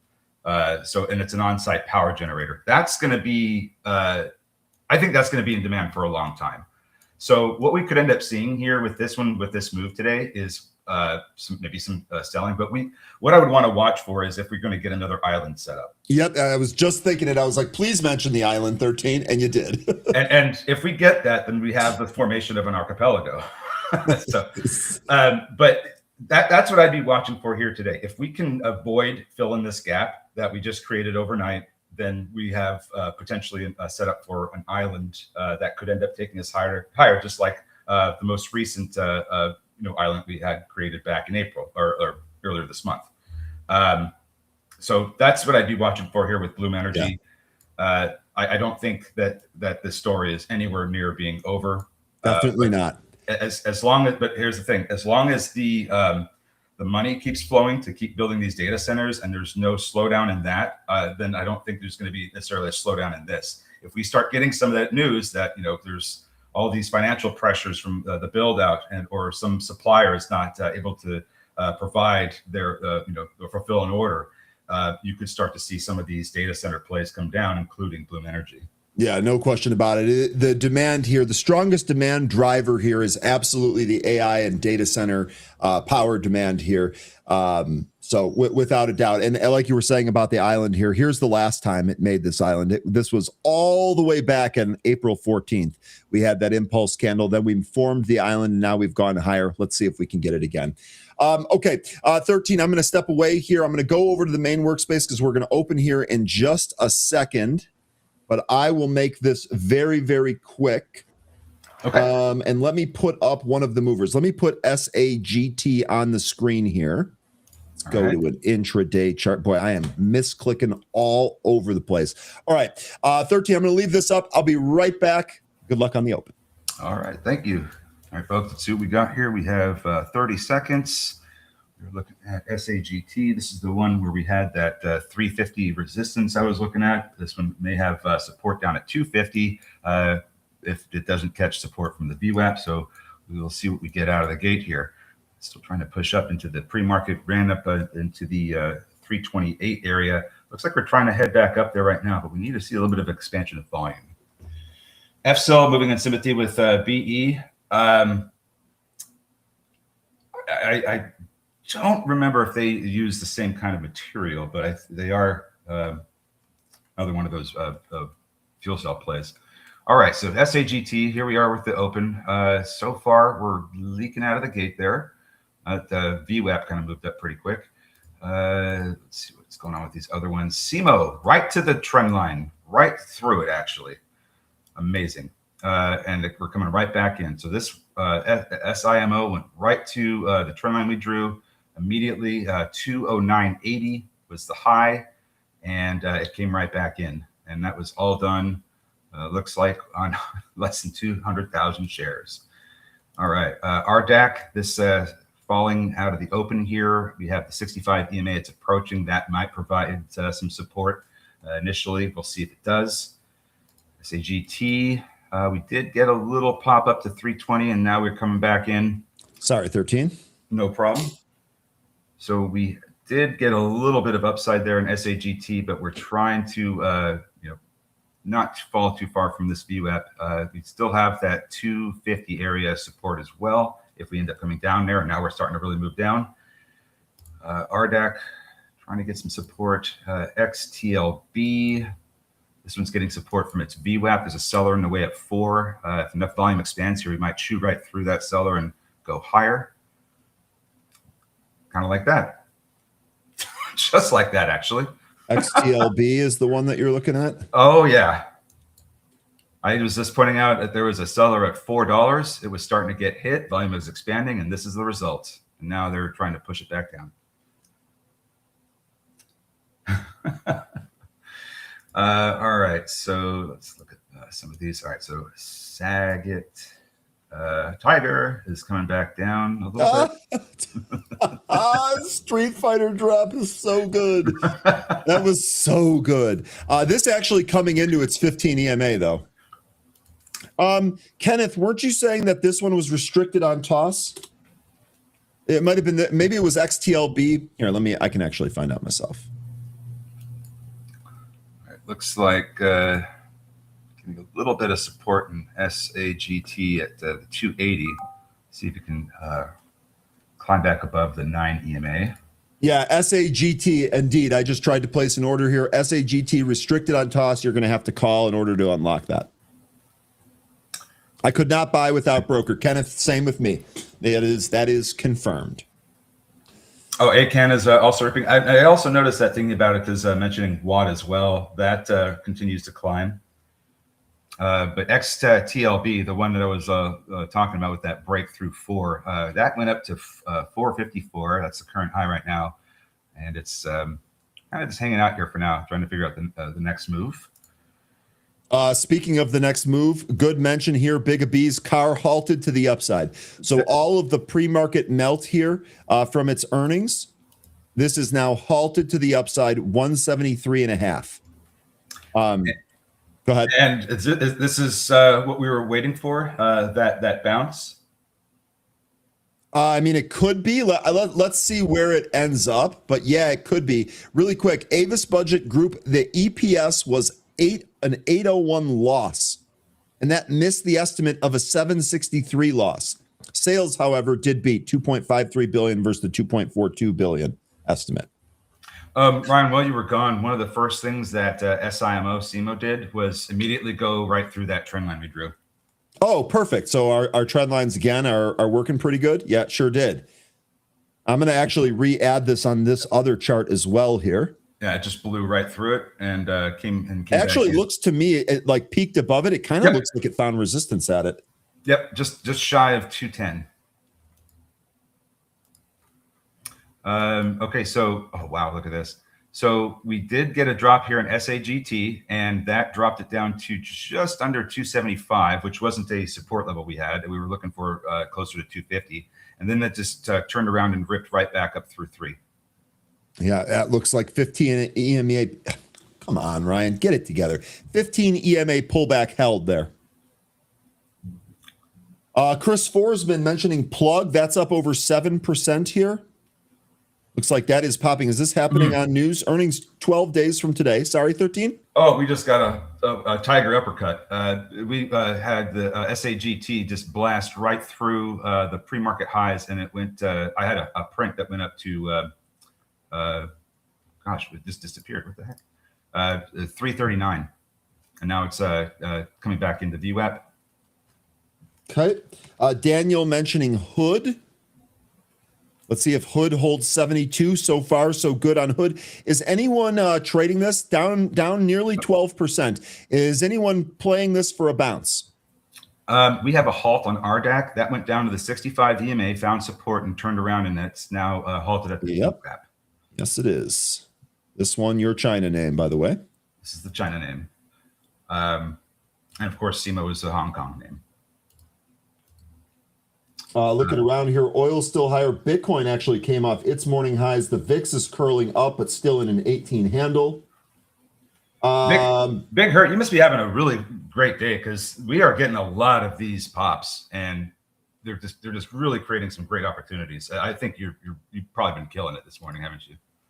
All right, and Daniel, you're long Hood for a bounce here today. I know Rise was talking about this, but he dipped. I'd like to know what GB Slice, hood for a swing at 50. So are you waiting for it? Are you still in it from 50? That must have been a while ago. Lion saying he's looking to add hood. Okay, so on hood here, it looks like several of you are trying to trade this here for a bounce. Hood approaching 73 as we speak right now. Wow. They Needham lowered its price target to 85. I don't remember what it was before, but a lot here, of on hood. Yeah, a lot of these were I thought over 100 at one point. Here, these we can use Pro to check on that. So let's go to the analyst ratings tab here. We got to load it here. Okay, so Needham lowers the price target. Very top one there. Very top one. To 85. The previous price target was 95. So they went from 95 to 85 on that on hood.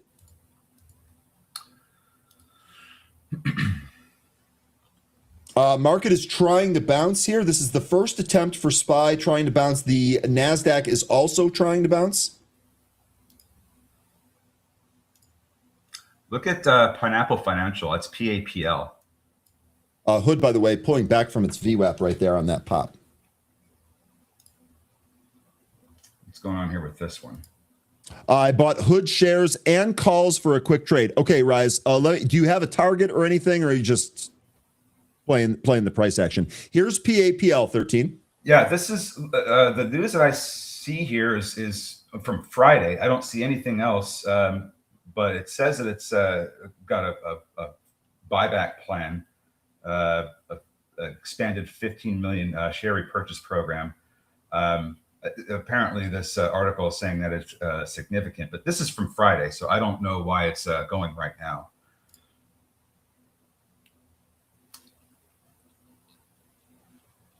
Daniel, so you're out. So you're out quick there. This just kind of turned around here on hood. So PAPL. So we're not sure what's going on there. It looks like delayed news. Yeah, I don't have anything delayed reaction here. Yeah, the last piece of the last headlines from Friday. So okay, but just saw that it was moving out of nowhere. So. GB Slice looking like you're taking the opposite side of the hood trade there. Hood will go down even further. Their fundamentals hurt as no one is trading crypto in their platform. You know, we talked about that last night, 47% reduction. We thought a lot of that was about crypto here. So hood not looking great here early on. A reduction in crypto trading and a reduction in the Bitcoin price. Because if you looked at what the price of Bitcoin did in Q1, and hood is a major holder of Bitcoin, that's going to affect their valuation. Daniel saying waiting for second entries on hood. What kind of spot do you have for that? We actually just are flirting with 72 here. Oh, did they? I noticed that they didn't have any guidance, but they said they were going to suspend it, so I didn't catch that. But that's thanks, Tri-Blue. Yeah, that's generally not a good thing. Yeah. No, it's not. It's not good at all. All right, so we should be getting an unhalt with RDAC at some point. Pretty soon, I would think. When did this halt? RDAC, your halt was at 9:35:23. Pretty okay. So 4 minutes into that halt. Yeah, we should have less than a minute left. Should have less than a minute. We'll see what we end up getting. XTLB still trying to recapture that VWAP. I think GB Slice is going to be right here. Hood might lose this pre-market low here. It lost 72. Oh, man. So you guys are waiting for 65 on hood. Daniel, let me know what the price you're waiting for on hood is. CMO's trying to push back up through that trend line we drew. It's getting some support from VWAP. Volume seems to kind of dropped off a little bit here. CAR has resumed. Does look like CMO might go up to that trend line again. CAR resumed. It looks like it popped higher above 180 here.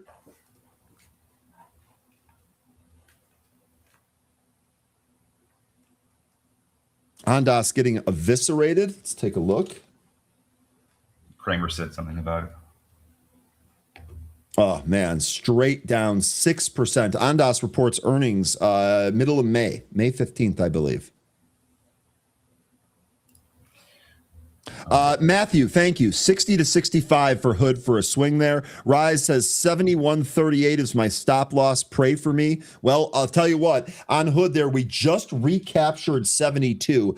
I really believe that this is a key level here. So what it looks like here is that we might have peaked below that level and now recapturing it. If we can hold it, maybe move above 73 and a quarter, we might be off to the races here on Hood. RDAC still hasn't unhalted yet. It should any moment, I would think. Oh, no, that's CTNT that just resumed. Looks like XTLB is trying to push through that VWAP. SIMO rejected right at that trend line for the moment.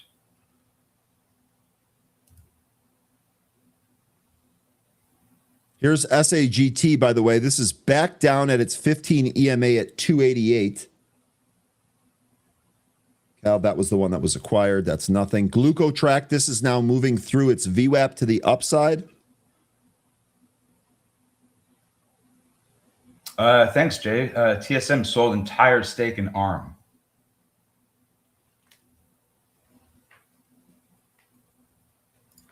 TSM selling off. This down almost 1% here.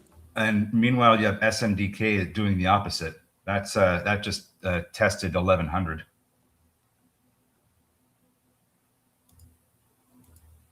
And then Wiss, your question here on Glucotrack. No, we had the news that we had is a week old. This was from Tuesday, April 21st was that last PR there on Glucotrack. This looks like a move on no news so far, Wiss. Zach has his eyes on 885 as a load zone. Eight, and that's for Ondas then. Yep. So okay, that's still about $1 away. And then you have the 200 EMA, SMA on the daily chart for Ondas at 812. So if that load zone doesn't hold, there's a support level that down there that may come into play. Still no unhalt from RDAC, which is interesting. No, I was going to say, I've been watching for that here. Mm-hmm. Also, while I've been watching, it looks like Hood is trying to bounce from 72. So 72, that area there, we've identified this for a long time. Looks like Hood's trying to bounce from that. See if we can get above it. I still think 73.30 or 73 and a quarter is what we need to get above. I had some comments on Hood. Bottom misses crypto. Yeah, I think we already covered all that. We talked about their crypto. So looks like with the way this is going, if it can't, because here's what I've got. You want to go to a daily chart for me? Yep, we just are testing 73.30 right there. But here's your daily chart, 13. Okay, so do you see that low from March 30th? If you could draw a trend line through the low of April 13th, that gives us a trend line that I put out here yesterday while we were seeing earnings fall, have the price fall beneath. Oh, look at that, dude! 50-day SMAs. Yeah, mine's a little bit under the price I have underneath that trend line, but either way, this is something I'm keeping an eye on here, and I think that if on my side, if we can't recapture this trend line, maybe I drew it a little bit wrong here. No, I think that's okay. If we can't recapture this trend line, I think that 67 could be a very strong support area. Okay. You have 67, which if you draw a straight line and look to the left, that was like the highs in February of 2025, and then we broke through that resistance in June, and now that's become support. You also have the 500-day SMA just below that at 66.03. So I think that whole $65, $67 area could be a very good support area if the price ends up coming back down there. I don't know what anybody else thinks, but if you have a thought on Hood or if you like that area, let me know. There we go. Just added that line there at 67. So 67, 72, those look to be some of those key levels there on Hood. Look to the left on that. Yeah. Oh, yeah. Oh, yeah. Okay. Just sold again, Daniel. So Daniel, looks like you're scalping this in and out with this. Okay, Good. At least you're getting that movement here. I will say, just kind of looking at this intraday chart, to my eye here, I think, again, as long as we hold 72 here, it looks like this is trying to go higher. Oh, hello and goodbye, Retro. Thanks for dropping in. I hope your road trip goes great. Wichita, Texas. Okay, cool. All right, so our DAX still not open. Yeah. That's 11 minutes now. It's funny because we're probably just going to end up forgetting about it, and then it's going to open when no one's looking. That would be perfect, wouldn't it? It would be crisp.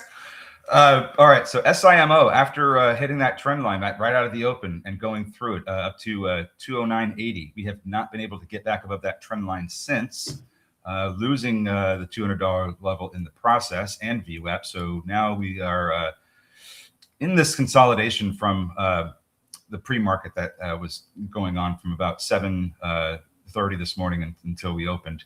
And the low end of that, down around 189, 188, you have the 65 EMA. So that low end there of the consolidation from this morning, and combined with the 65 EMA, gives it a pretty decent area of support if the price ends up coming down there. So like right in here, 187-ish.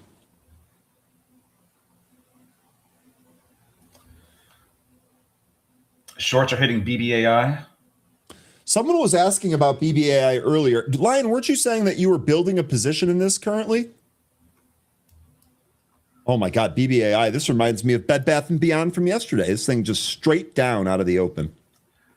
I don't think this is too bad. I mean, this is what like a rise. And so we kind of rose up in the pre-market and had a higher open than yesterday's close, but we're giving it all back, losing the 500-day in the process. But we're coming down to the 50 and 20-day SMAs. I'm curious to see if we end up getting support there. That should start to kick in around 375, I would think.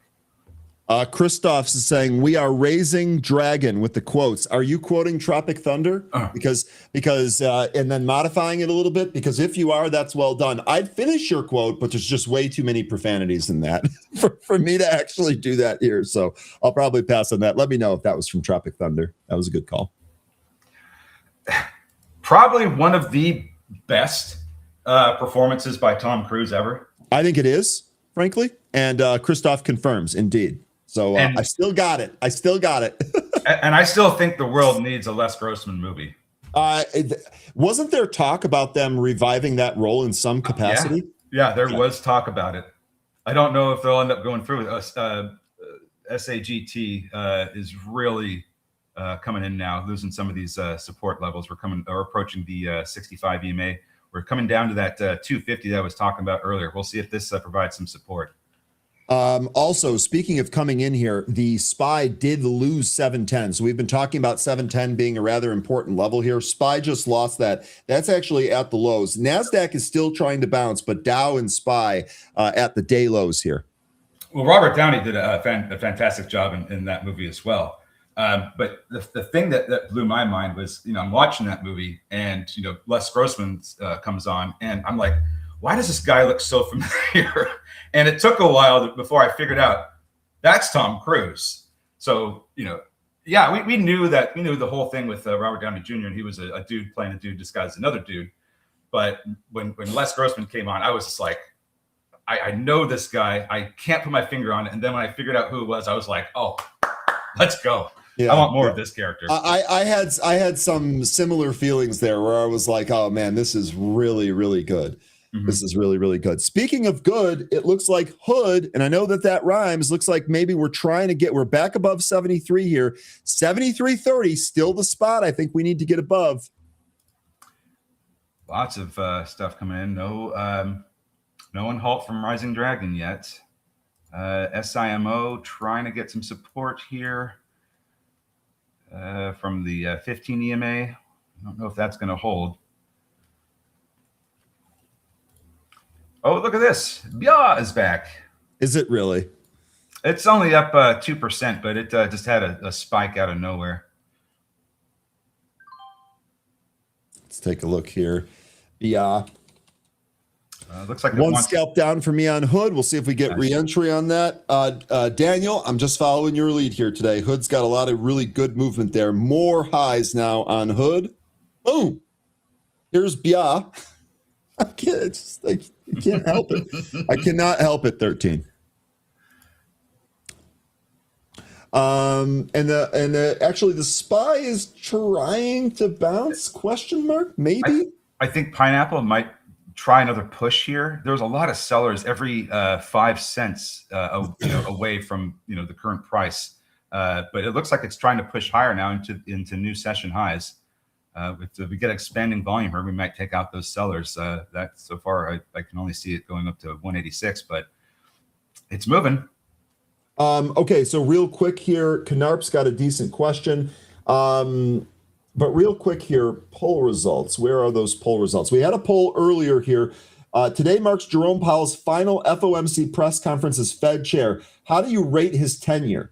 39% of you said solid, handled a lot of tough situations. 24% of you said a mixed bag, wins and losses.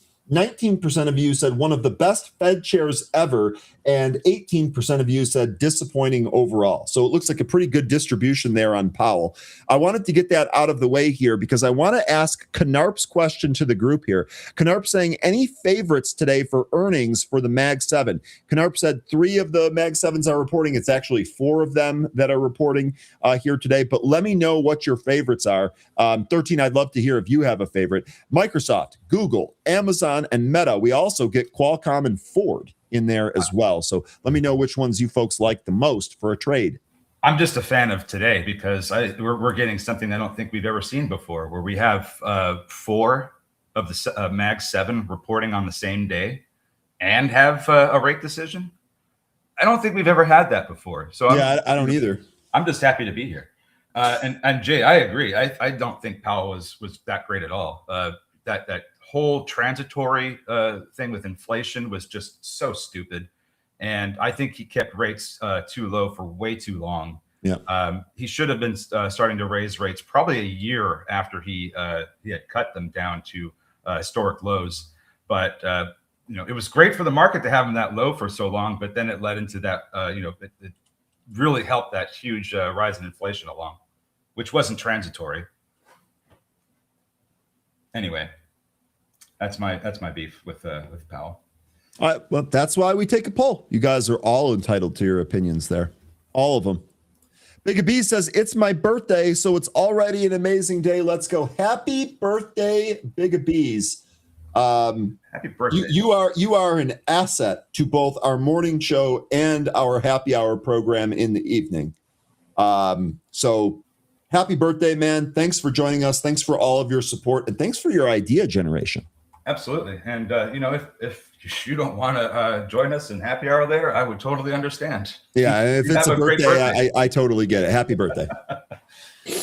So, Jay, interesting. I don't think we're anywhere far apart on that. But when it comes to Intel, we still have an island here, and it looks like we're trying to push higher.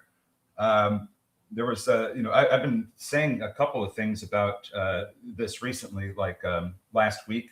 Remember, we were talking about how there's a process node, node process called DSA, which is directed self-assembly that Intel is going to be performing with their 14A process. That's supposed to happen this year. That could really send Intel skyward if they're successful with that. TSM and Samsung are also doing that as well, but they're taking a slower, steadier, more predictable approach. Intel looks like new highs are about to come right here on this VWAP bounce.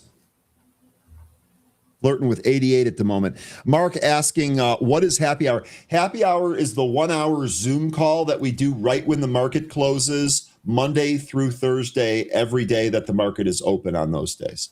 So we discuss ideas, we discuss what happened, we discuss what stuff means. Like today, we're going to talk about the Fed meeting, what we thought about that. We'll also look at the Mag 7 earnings. I'm sure we'll have a lot of ideas on how to necessarily trade the Mag 7s and all of that. We talk about geopolitical events impacting markets. Yep. so we can prepare for trades there. I mean, we do talk a lot, and we do have some very intelligent people, Big B's included, that join the happy hour. Where do you find that fancy earnings calendar? You can follow the Benzinga handle. Cass, if you follow me on Twitter, I can start posting this every time I get the new one. I would be happy to do that. We load it in here as an asset. I would be happy to kind of repost that here if it's tough for you guys to find. I can work with my producer on that as well. Lion, I'm excited for you, but man, don't be typing to us if you need to concentrate on your trade, man. Tell us all about it when it's done. But great job on your car puts. Intel broke to highs here. Mark asking, how do we join? So the happy hour is different than the YouTube show. You need to be a subscriber of Benzinga Pro to get access to the happy hour. Now, I will say, I definitely like having a lot of these discussions and trading ideas in our environment that does not require a subscription. A lot of the times I will bring what we discuss in happy hour the previous day or previous days to the morning show. But if you actually want to be there and participate, you need to subscribe to Benzinga Pro. That gives you access to that. RDAC is open, 13. Yeah, I know. Been waiting for you to finish. RDAC finally opened, popped up, and halted. Yep. It's halted just above the SPAC price. So whoever that, Christoph, we are rising dragon. Stock is also rising, it seems. Yeah, you were indeed correct on that call. RDAC halted to the upside here. What a move. And just so you know, hold on here. Let me just make sure I get the right company. They are not acquiring Simple Jack. They are acquiring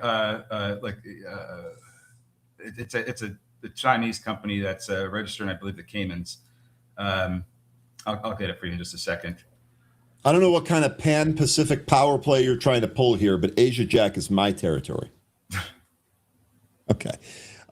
Anyway, that's an all-time great movie. All right. HZJL Cayman Limited is the acquisition target for RDAC. Okay. Hood, by the way, so this still holding above 73. We are definitely still struggling with the 65 EMA there. So on that first scalp sold right at that resistance area. We'll see if we get maybe a pullback to VWAP. I've got that at 72.5-ish. If we can pull back there and hold, maybe that will provide some more entry here for Hood. Bed Bath & Beyond approaching the 200 EMA on the 5-minute. I have that at 504. God, just to think this stock was in a sevens when the market opened yesterday. We're trying our best to recapture 5. He went full RDAC. You guys, I love the Tropic Thunder love here. There's no question about it. Joe says drone stocks seem to plunge when the war rhetoric heats up. I think one of the things that's going on with drones is that this is kind of like one of those new things that everyone is into. There's a lot of these kind of smaller companies that a lot of folks are trading here. So I think you're seeing some of just the volatility in all of that. Well, as far as Ondas goes, we'll see what to me, it's about the earnings at this point. Jay mentioning SanDisk, sorry. Yeah, because that one's trying to push through 1100, looking like it's still trying to do that. But Pineapple Financial, I mentioned this earlier, it's still climbing. It's up over it was up 30% now. And this basically came back into VWAP, gave a reload chance there. Looks like $2. You're probably going to run into some resistance. That's kind of been the case for this stocks since December. It looks like $2 is kind of a resistance area. We've only had one close since we lost that level above it, and then the very next day was right back beneath it, and the next attempt to recapture failed. So either one of the two things will probably happen with this. We'll initially get like a rejection of $2, but if it keeps hammering that $2 level, we could get a big move through it that takes us up to the 200-day SMA. Trey, I'm so glad that you have this comment here. Trey saying, waiting for these larger defense stocks to bottom so I can get it, but there's no end in sight right now. So speaking about the happy hour, this is actually one of the things that we talked about yesterday. And 13, you might have to remind me on some of these charts because there were several that we talked about. I know we talked about Lockheed Martin. Yeah. And I think we also talked about Northrop Grumman. Here's what the Lockheed Martin chart looks like on the daily. Let me go back to the daily. We were talking about about this kind of being at a support area. Trey, I agree with you. And in fact, Lockheed Martin right here, I think if it can hold this area, maybe even trade sideways for a day or two here, this might be a fairly decent entry point. I would say if you're just going to try this right now, probably need to have a little bit of an aggressive stop. This is a pretty big pullback, though. I think Lockheed Martin might be ready to go. I think that we're down at one support area for Lockheed. One of the two of the areas I'm looking for support are going to be 475 and 500. Those line up pretty well with the 50 and 20-month SMAs. If you have a long-term prospect on the defense names, I think that even at this level, it's probably a really good buy. But I still think that there could be some lower prints coming. So if depending on how you're wanting to load up on this, if you're getting some now and just adding dollar cost averaging down, if you have a long-term horizon, that's probably going to be just fine. I don't think that we're going to see too much more downside. We'll have to wait and see what we end up getting at the start of next month. But I'm looking at somewhere between 475 and 500 for this thing to really get some support that takes us back up. Libertas saying 3.7 million shares on the SPY in the first half hour. That's not a lot, right? By comparison, I feel like that we see most of the volume right around the open. These last several weeks have all been low volume. I mean, it's just one of those things that we've been talking about in happy hour about how we're kind of just in wait and see and. I think there's a real nervousness going on, especially with the price kind of running back up here. It just really strikes me as a big lack of conviction to really push this higher.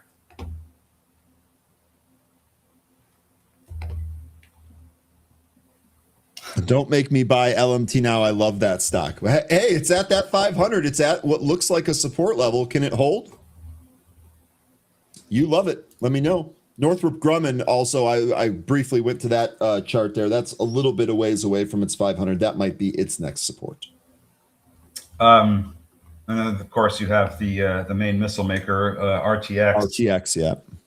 That one, it's underneath the 200-day SMA, and it's trying to recapture it, but it looks like it might not at the moment. I don't know that this is really going to come down a whole lot more. There might be there's a potential gap fill that could take it down to 160. If you look at the price action in October last year, from the 20th to the 21st, there's quite a sizable gap. So if we do end up losing like 165, maybe, then I think that we end up filling that gap all the way. Here's your RTX chart. Here's the gap that 13 was just talking about. And then Jay mentioning GD, so General Dynamics. We talked about that one too, yeah. Yeah, all these defense names. And then one of the other things we talked about was that Euro Defense ETF. Oh, right. That was a Big Abees mention. That was EUAD. That's it. Yeah, and I'm getting that confused because we have a mover EUDA that's in an upside halt right now. But here's the European Aerospace and Defense ETF. Thought here is that they're going to use more European countries to make some of those. And the difference between this one and DFEN is that DFEN is leveraged. This is not. Yeah, and this is more of a comparison to ITA. This one also includes 19% exposure to Rheinmetall, a European defense company there. Hood, I know that rolled over off the top end of its VWAP standard deviation, but it is still holding 72 on Hood. So we'll see if we get another opportunity on that. I'm going to try and be a little bit patient. It's great to see you here. Who was that? GP38 Super. Better late than never, right, my man? I'm not on EUDA myself. It did pop here to an upside halt. This is actually the second halt of the day. Let's see if we had any news on this. Yesterday in the morning. Yeah, go ahead. Sorry. I think I would just kind of wait a little bit on EUD because we're already expecting some more potential downside in just even our U.S. defense stocks. Just this ETF that I'm looking here on a daily and a weekly chart, it looks like it's, kind of weakening here. Like we may have a reversal pattern happening. And if that's the case, then this still may have some more downside to go. But what we're saying is don't take this off your radar. If this is going to come, so the levels that I would have for support are going to be like 36. And if that doesn't hold, maybe 24. Which is quite a ways away down, but it's just the way that this this chart looks. It looks like this could still come in some more. So I think I'd wait, and like with Lockheed, if you have a long-term horizon, once we come down towards 36, that's probably a good spot to start building your position.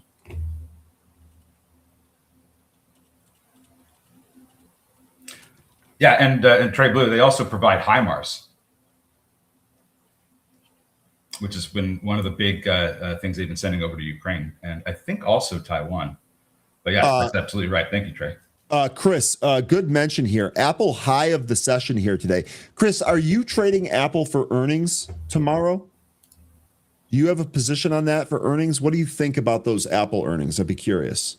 RDAC opened again and it just popped again. So this thing, it's going to halt again. This thing just going to be careful with this. This is going to probably push up, and then at one point there's just going to be a massive sell, and it's going to erase everything. Yeah, and you can see it's when it's open 13, it's open for less than a half minute. So you really have to be careful. You really have to be fast on this. Yep. I'm short Apple 260 puts for earnings. Okay, so you're short the puts. What's the concern? Fading downside moves in Apple. Okay.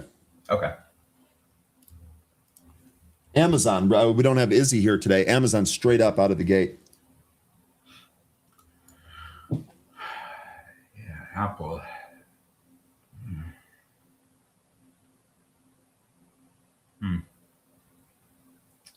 Looks like it really needs to get beyond 280, but you have this trend line that's kind of suppressing it.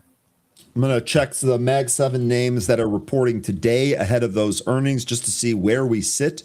Microsoft, that had the initial pull lower with the broader market right out of the open, bounced, really couldn't get back above its VWAP, I think. No, sorry, it's actually at its VWAP right now. 65 EMA is what it really struggled with.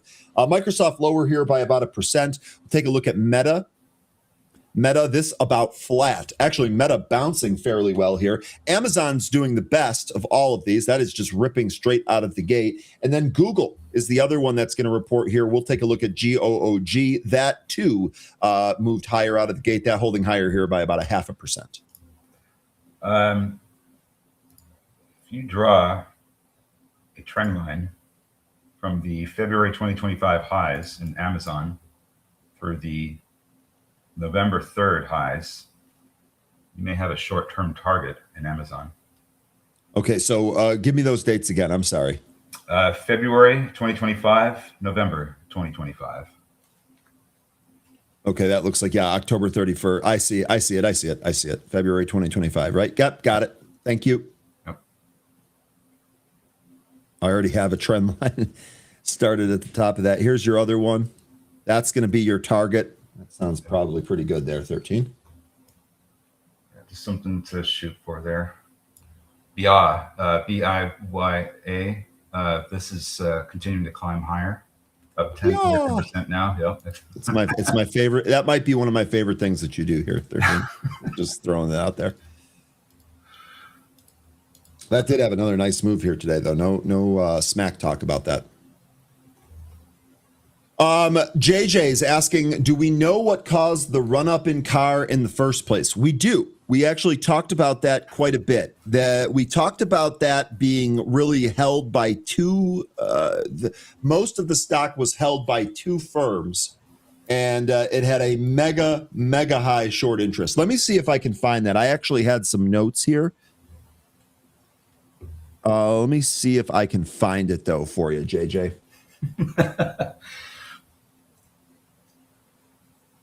Yeah, meat. What is BYN? I just have to look now that you brought it up, thinking about it. Got to look and see what it's doing. Okay, it's down 2%. It's under $1. Right back down to where it probably should be.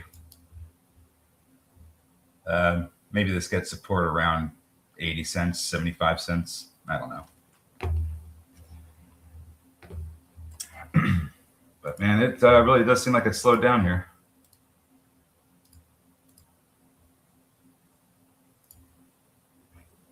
What are the expectations for earnings? Sorry, I can't find my notes on CAR, JJ. I'm sorry about that.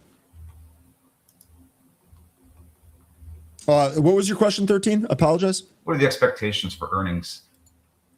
For which? For the 4 of the Mag 7 that are reporting today? You know what? Actually, that is a good question. I think I have a consolidated article that lists all of those. Give me one sec here. I'll see if I can pull that for you. I'm sure I can look them up individually, and I was debating using the story here this morning.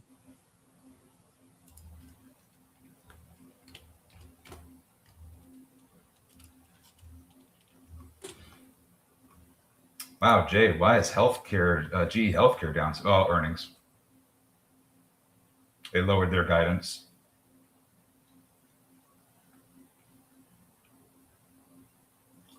But yeah, healthcare not so hot.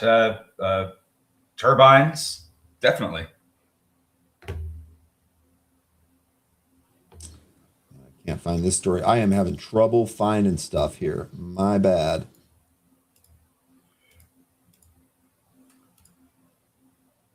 Looks, Meta's still climbing. Meta had a pretty good drop out of the gate here. Seems to be trying to recover right now. It still hasn't recovered from the highs from yesterday, though. Hardak moving again. Yep, popping up higher. Probably another halt. Yep, halted again. Oh my God. I can't even keep it. I can't even like switch away from it. It just halts. So there's what we could probably consider 3 white soldiers. There could be a reversal coming next. There could be a reversal coming next. We'll see if that ends up happening. I don't want to make a prediction that with these 710 calls, June expiry getting bought here, $1.3 million on that trade. That looks like an upside out of the money bet on Meta. June expiry on that.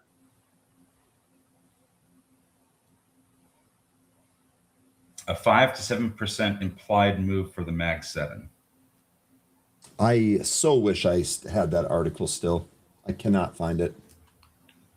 I had a nice little article that listed all of the 4 Mag 7 names that are reporting with their projections in one place. I should have saved that. That was stupid.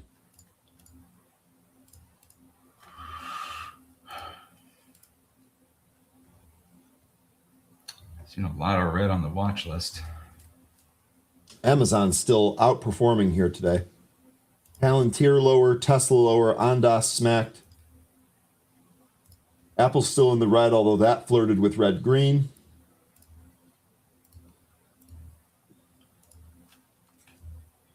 EUDA looks like that resumed and halted again, this time a downside halt. SPY is definitely trying to bounce here.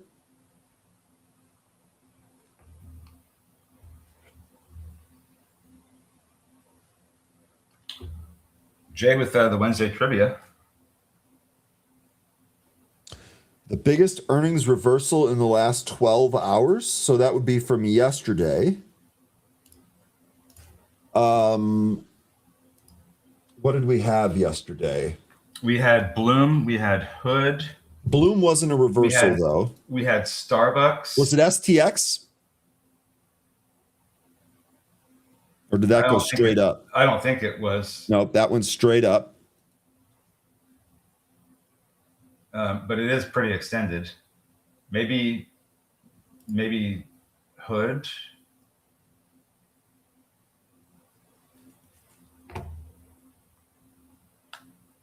I don't know. If it's a smaller name, I don't know. But Hood had a booking reported last night. It looked like Hood had an initial pop, and then it just went straight down. I don't know if that's the reversal he's referring to. I'm pretty sure it's not. Is it booking, Jay? Oh, that's another one I think that reported, yeah. And this thing was down from the report about 7%. Yeah, that's gotta be it's actually up 1% now. that's probably got to be it. I know Visa reported they went straight up. Mondelez, this is another one that we discussed on the happy hour last night. Booking. That was straight up Booking. Okay. They had the CEO on CNBC this morning, but I didn't catch it. Well, hopefully folks are booking some gains. Zach mentioning, I'll go to Intel here in a sec. NXPI also reported this thing is moving. Kathy, were you trading this here? I think that you mentioned this earlier today. Are you in NXPI? This traded up, it was just drifted higher in the pre-market. This is actually higher from the open, even on declining volume. It looks like it wants to go higher. SPY looks like it wants to go higher. S&P futures right at VWAP right here. So this is definitely a resistance area for the SPY.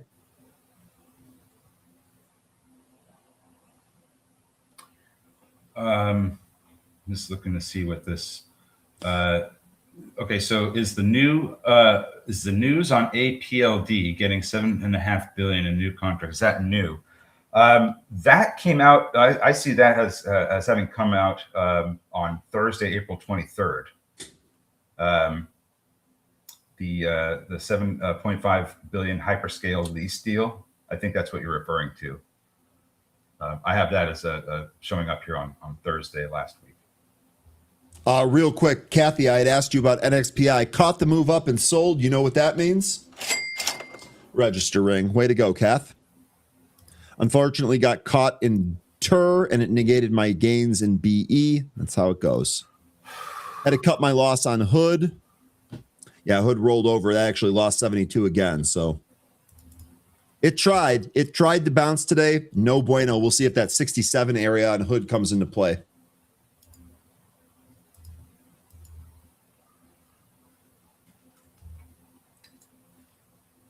Oh, yeah, absolutely. Breaking news, filings show that only Elon Musk can fire Elon Musk from SpaceX. So we got that going for us. Wait, who put this headline out? This is I'm seeing this from Bloomberg. Okay. Only Elon Musk can fire Elon Musk per filings. look at RDAC now.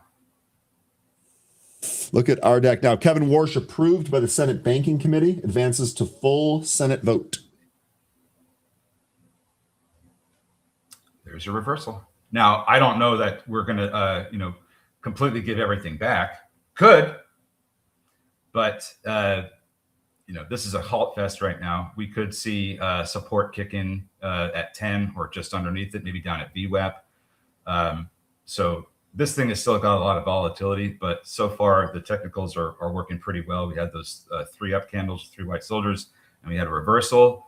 I would think that when we unhalt, we probably end up printing back down again, but there could be some support coming in that, after that next unhalt. So just something to keep in mind if you're going to trade this. Be careful if you are. This thing could rip your face off. CW Parker, it's great to see you again. Hopefully your Wednesday is going well. CW Parker mentioning ON. This is on semiconductor. What a move this thing has been on. This reports earnings in 5 days. It popped in the after hours. It actually looks like it's trying to break 100 here today. Look at the move on the daily. This would be another fresh all-time high break. This was another Island 13 that ended up working out, although it didn't work the way that we normally do it. It traded up, then came back down, held that area. Now it's right back on here. Sure looks like this wants to break out. Earnings in 5 days. ON. I think the last time we talked about this, it was in a 60 handle. All-time high is actually back from 2023. You have an all-time high of 111.35. What's great about this is that this is a massive, massive move through the 50-month SMA. So if you go to a monthly chart, just look at this move that we that took us right through that moving average.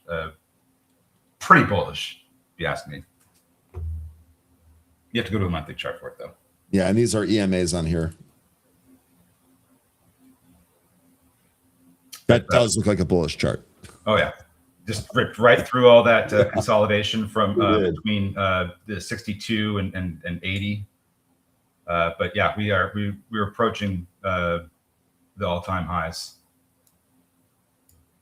I don't know what kind of price action we're looking at when we get all-time highs, if we're going to just blow past them or if we're going to find resistance up there and pull back a bit before we make the next attempt to push through it. But got a feeling that there's going to be some resistance coming.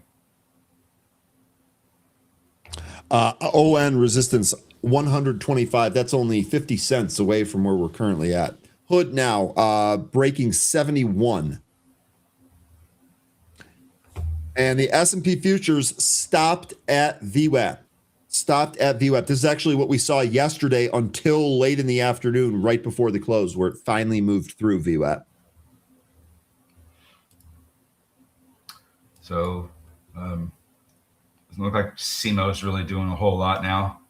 Nice pop up to the trend line, and then it just hasn't really done much. Been kind of hanging out underneath the VWAP. XTLB. This thing is just, there's a bit of a downtrend actually off the high from the morning print. So if we can recapture VWAP, maybe we break this downtrend and we push higher.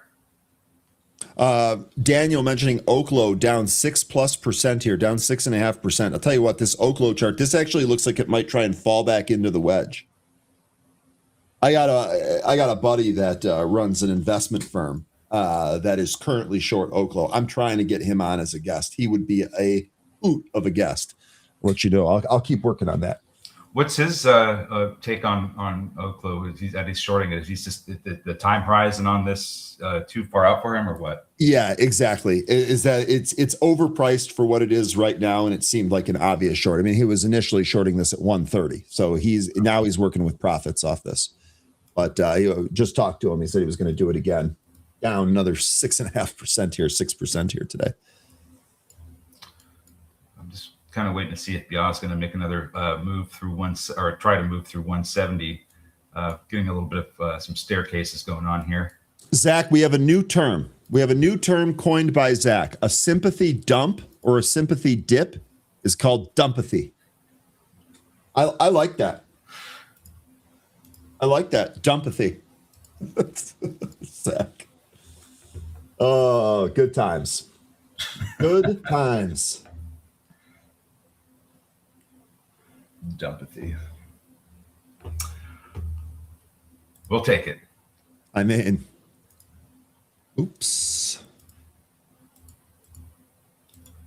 Not really seeing a lot of high volume for quick moves.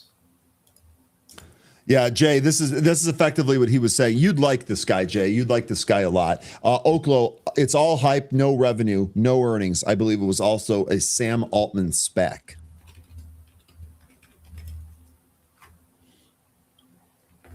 Yep. Oh, and by the way, the acquisition. Yep. I took a look at this earlier. Cooler, this actually popped and gave everything back. I was wondering, this happened while we were on the pre-market, and I couldn't really look into it. Mm-hmm. I wonder if this popped on news. Yeah, indeed it did. Cooler Technology receives an initial $1 million purchase order from Federal Defense Technology firm. It has the opportunity to exceed $5 million for 2026. So it looks like this could be a little bit more. Market cap on this is $111 million. So it's not a humongous contract based on its market cap, but a new contract nonetheless. Interesting that this thing went red. Secures initial defense drone battery orders with customer opportunity exceeding $5 million for 2026. Drone batteries are still going to be a thing. This is this specializes in thermal management.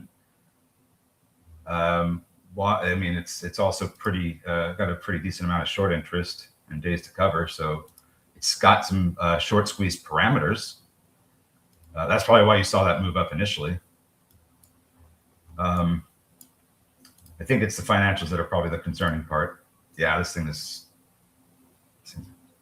Okay, but that gives us a milestone then. If they're able to clean up the financials at all, this thing actually might be a better trader. Clearly, it wants to move on new contract news. Yeah. SPY continuing to grind higher. NASDAQ as well. NASDAQ actually went red green. SPY on the verge of doing so. XTLB up at the trend line, trying to push through it. We had a question earlier on what we thought about XTLB. I think the only thing I can gather from our group is that this is just a day trader at the moment. It's a day trade target. I don't think anyone has a long-term view on this regarding the takeover here. Well, what are the particulars of the takeover? Do they have the amount that they're being paid, or I didn't cover this one, so I don't have all the details. If there's actual figures that'll give us an idea of what share price this is going to be up at, then that's what we want to know. No, so again, the only notes I had these notes pulled out. It's not a cash buyout, so there wouldn't be that. XTL Biopharmaceuticals said it will acquire 100% of Saiga Bio in exchange for issuing ADSs that represent 40% of its post-transaction share capital. And it stated that no cash considerations will be paid at closing. The announcement also stated that it secured XTLB secured 1.5 million private placement to help fund the transaction, but the financing for the deal rather than the purchase price.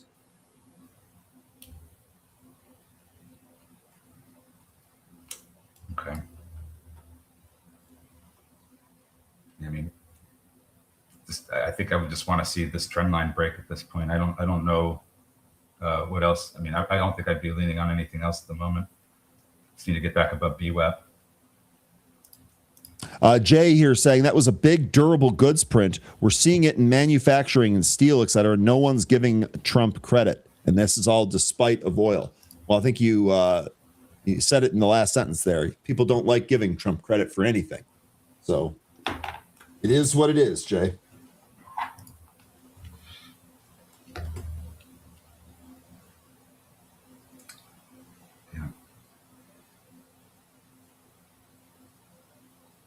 All right. Oil up 4.75% today.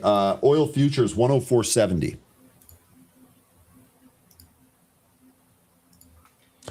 Judge, you're welcome. Thank you for all of your support. We got story trading coming up in just a few minutes. Be sure to stick around. Those guys are awesome. Yeah, I won trading. I think I'm okay with that for now. I wanted more out of that hood trade, but just disappointing here today. I'm just really interested to see what we're going to get, in that 150 minutes between the rate decision and the earnings come out. I'm just really curious to see what we get out of all that and what the companies say. And I think that's why we're seeing the wait and see mode. Okay, and real quick here, just getting news of this. This is awesome. So Story Trading, I just said they do a great job here. They actually have a special guest. Money Mark Gomes is joining them on the show. Awesome. Man, they're even bringing their own guests now. Let's go, Ben. Let's go. RDAC about to halt under 10 now. So those three white soldiers ended up being the reversal, huh? Yep. How about that? And there's still support levels where this could come down to VWAP or maybe some of the highs from the pre-market and find support there and have more of this crazy price action. But so far that was a way to play that one. It was just very difficult because it just wasn't open for very long. You had to have your limit orders already out there.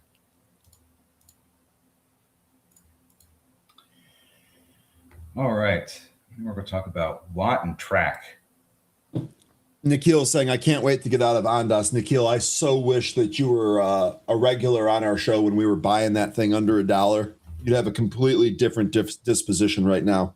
That your trailing piece is sitting at 10 plus X gain.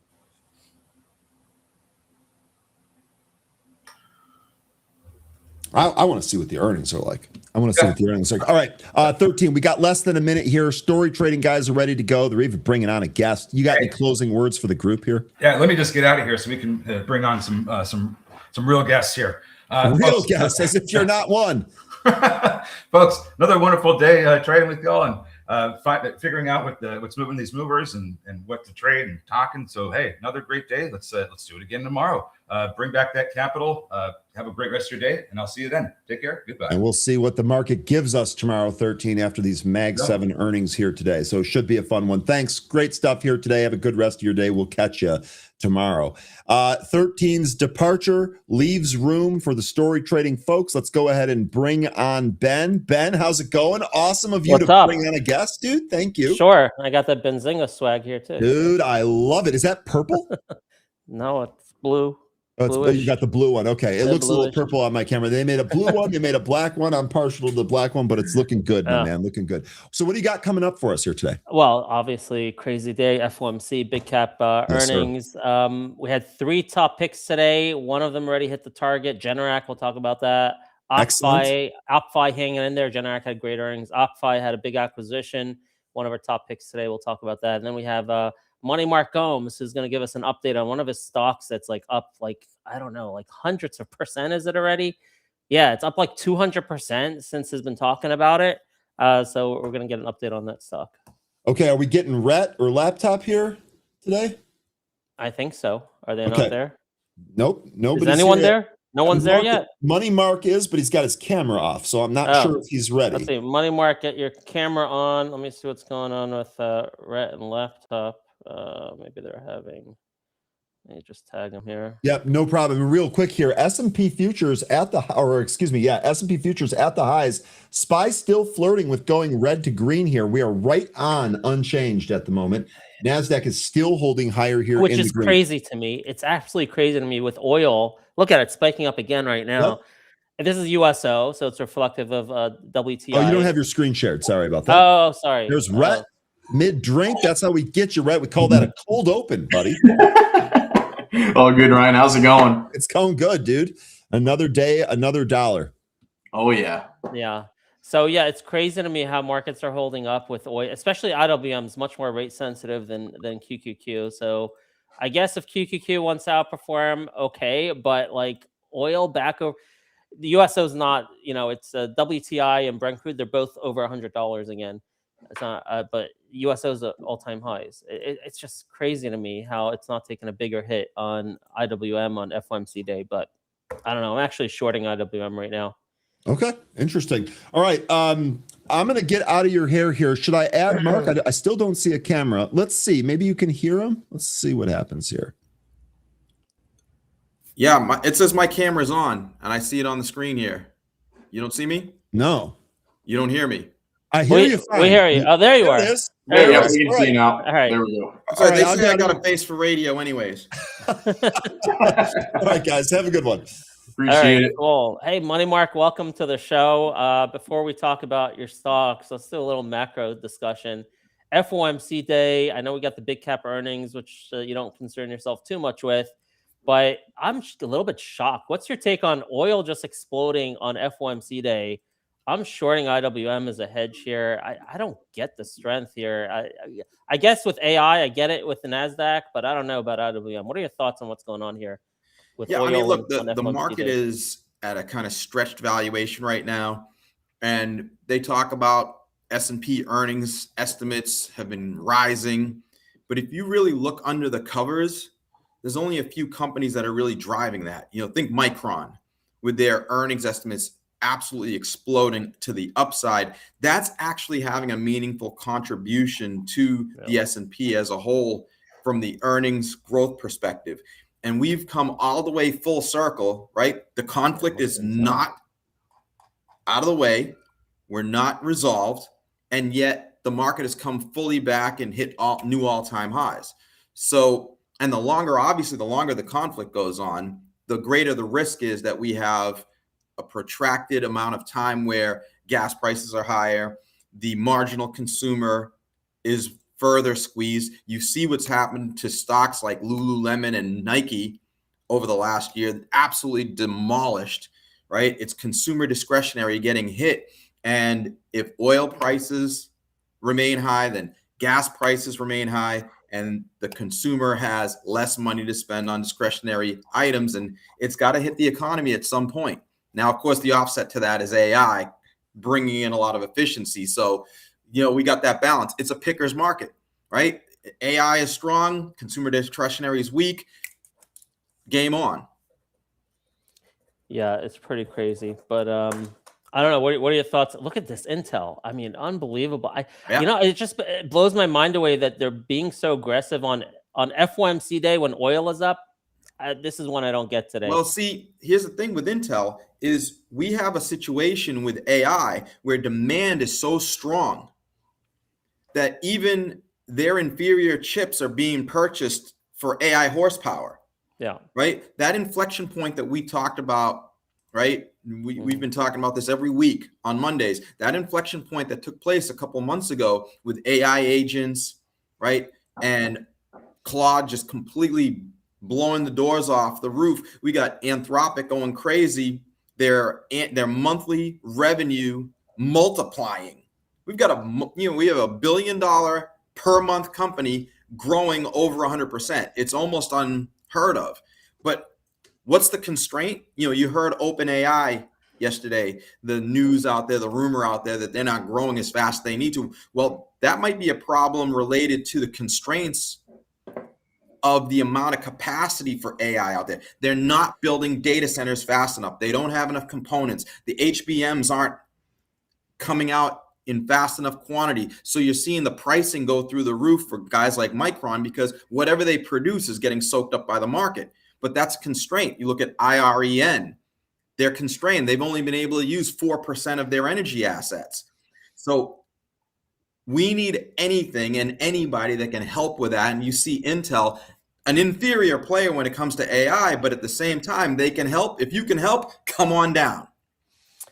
Yeah, I get it. Just but unbelievable to me that they're not even waiting for these events to pass with FOMC and oil. But I digress. You know me. I do what you think is impossible. I'm pretty good at it. Is to predict the day to day on the macro, the day to day on the stocks. I have a pretty good track record, and I thought they're going to lay off stocks until we pass these risk events here this afternoon. But they're not, especially with oil over 100. So I'm a little bit perplexed why they're pushing stocks so hard with oil over 100 today. Yeah, well, I mean, not for nothing. I am also short the IWM, along with you.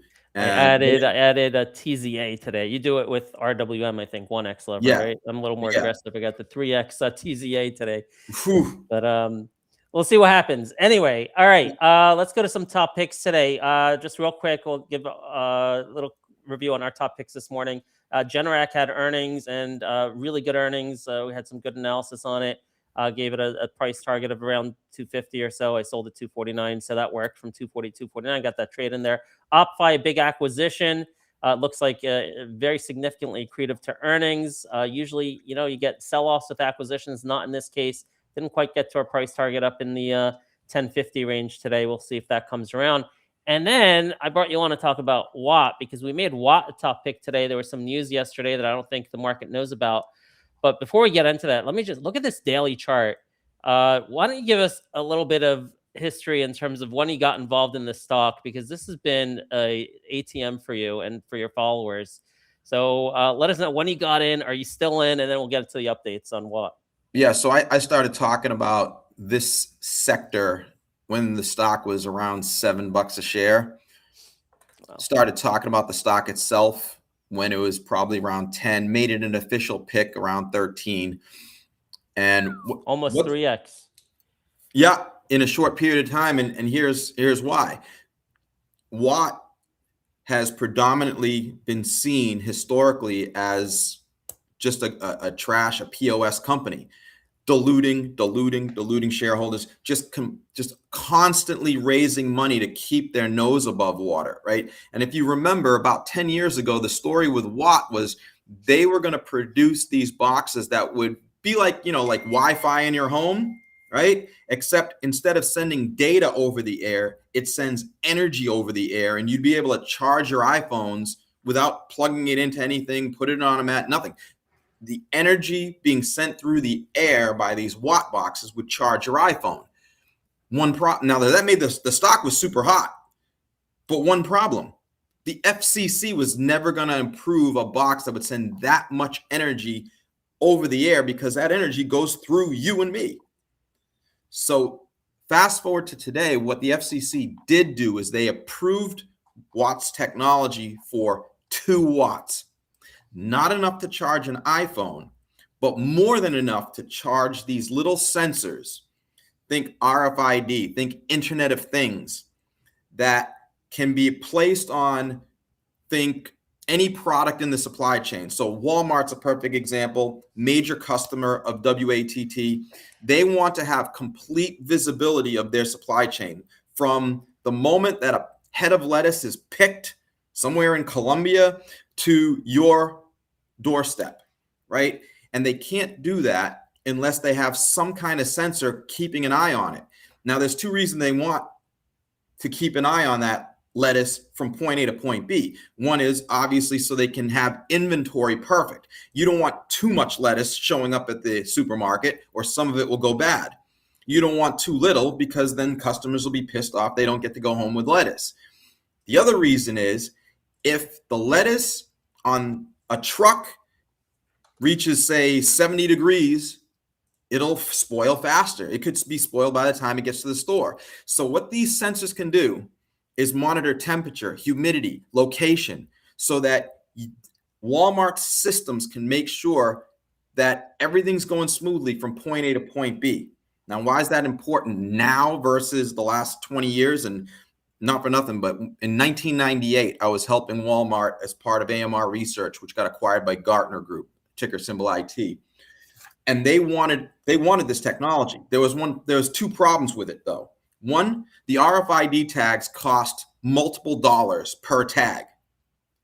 The other problem was you didn't have enough computing power out there to monitor everything in your supply chain 24 hours a day, 7 days a week. Well, guess what? Now we have both of those things. The tags have come down in price. They're only 10 or 20 cents per tag. And AI. Now you can send all this data, right? The Energus box powers these little tags, because you don't want to put batteries in them, especially in the EU, because they force you to dispose of them. And here, what are you going to do? You're going to change the battery on a 20-cent tag when it goes dead? That doesn't make any sense. You're not going to plug these things in. So the Energus box is perfect for this. These tags, in the presence of an Energus box, will power up automatically and send data back to the Energus box, which Energus sends into the cloud, which brings us to the big news. Big news. That's what I'm waiting for. The big news is you've had a relationship that they formed with AWS, Amazon, AWS, right? What's AWS? The cloud, right? Clearly, they want all this data flowing through their cloud. So they partnered with Energus several months ago.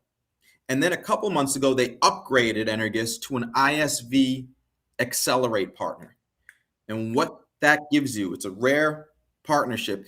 Amazon will actually pay their own salespeople to sell Energus' solution. And they will subsidize proof of concepts for customers to say, this solution is so good, we'll pay to let you try it out, to become a customer. Why? Because we are confident you're going to take this solution, put it into your supply chain, and then use us, AWS, for all the data, all the storage, all the processing of that data. You're going to want AI to be monitoring everything going through your entire supply chain and making sure it's smooth. So what happened? Very quickly, they had 5 customer deployments together. Then last week, that number suddenly jumped to 20 plus. This is a company that 6 months ago, as far as we knew, they only had 1 customer, Walmart. Now their investor deck says they have 3 customers. One of them is clearly Amazon. The other one we believe is British American Tobacco. Now on the AWS site, we see them go from 5 customer deployments to 20 plus customer deployments. And then just a few days later, this week, unbeknownst to almost anybody, it just popped to 50 plus. Wow. They're 20 to 50 in a few days. In just a few days. But what's that mean? I'm sure we'll get to this, but what's that mean for valuation? I see a lot of comments here. You're talking about, like, what are their financials like? It's hard to get excited after a 270% move. Or did he sell this stock yet? Like, so how, for people who are just hearing this now, I think this is the first time You're talking about Watt to the Benzinga audience, right? So they're looking at this at up, almost 300%. For someone to get excited about the stock here, it's really you gotta know something about the valuation. 174 million market cap. So how's this all translate? You're going to from 5 to 20, now 50 AWS customers. Is the stock still cheap here at $32? Well, this is how you want to look at it, right? The Wall Street estimate for this year is 15.5 million, and for next year, 35 million. They have 40 million in cash. So they're only trading at 4 times next year's sales. But next year's sales is expected to be up 120% year over year. Now, here's the thing you got to think about. By my numbers, if you look at Walmart as a customer and how much they represented in terms of revenue, you can look it up in the 10K, right? They generated that much revenue from Walmart on just 410 stores being outfitted with their products. Walmart has stated that they intend to have all 4,700, 11x number of stores outfitted this year. Okay? So when you do the math on that, and you have to break it down, you can't just multiply last year's Walmart revenue by 11 because there's there's different facets of it. But I come up with about $15 million of Walmart revenue coming this year. That's the Wall Street estimate. That's the whole Wall Street estimate with one customer. But now you have Amazon kicking in, not just in the US, but in Europe, but also Whole Foods, their subsidiary. We see evidence of all of those Walmart units, all those Amazon units coming online, not several quarters from now, but just a couple of months from now at most. So how is their revenue only going to be 15 million this year if Walmart alone is liable to be 15 million? That's one thing. And of course, we all know, right? Wall Street estimates, especially when there's one analyst friendly with the company, what do you want the estimate to be? And they give them a number that they could trip over, right? So we could feel really confident about the 15 million number because that was back when we only saw 5 deployments on the AWS site. All the news that's come out since then has been nothing but positive. We're seeing all this momentum. So what does that 35 million look like for next year? This could easily be 25 this year and 50 next year. Now you're talking about 3 times revenue, right? And then just to top it all off, because of the meteoric rise in the stock, and this is part of what's helping the stock levitate a little bit as well, they are well situated to get into the Russell 2000. Thursday afternoon, tomorrow afternoon, the Russell Investments is going to lock in on market caps. And you see that market cap on the screen right now, Ben? What does it say? About 177 million. It only needs to be 162 to get into the Russell 2000. And if and when they do, institutions are going to be forced, mandated, mandatory to buy about 10% of the outstanding shares, and they're only going to have 9 weeks to do it. Why? Because when you buy IWM, what are you buying? You're buying the Russell 2000. What's the Russell 2000? The 2,000 stocks in the Russell 2000. And right now, Watt's not in the Russell 2000. They get in, and they have to be in that index. They have to be in that ETF. So all of a sudden, the manager of IWM has to buy enough shares of Watt to be representative of its position in the Russell 2000. Cool. All right, that's exciting. So that's going to get locked in tomorrow after the close? That gets locked in tomorrow, 4 p.m. Cool. There's so many freaking comments, guys. There is. There's one here about the suppliers. Will the suppliers need Watt's technology on their own trailers and fleets? Well, yeah, and this is what ends up happening. So, look, when I was at AMR Research back in the 90s, Walmart was the number one company in the world, number one retailer in terms of technology adoption. And what would happen is 2 things. One, everybody in the retail industry was watching what Walmart was doing because they wanted to follow along quickly. They're a competitor. They're number one, they're your competitor. Number 2, they're known as being number one in the world for adopting technology. So if they adopt technology, you want to figure out what it is immediately, right? So that was one thing. But the other thing is, if you're a Walmart partner, if you sell Walmart lettuce, Walmart is going to force you. They're going to mandate that you have to adopt the technology so that they can tap into that. How is Walmart going to know where the lettuce is from point A to point B if your technology is not telling them? It's on your truck. It's your people delivering it to Walmart's distribution center. So Walmart wants to know where that lettuce is from the point of the ground until it reaches Walmart's distribution center. So Walmart actually mandates the use here, which is interesting with Track, TRAK, another company that might stay in the Russell. The stock's been getting destroyed this year because it was looking like they were going to get knocked out of the Russell.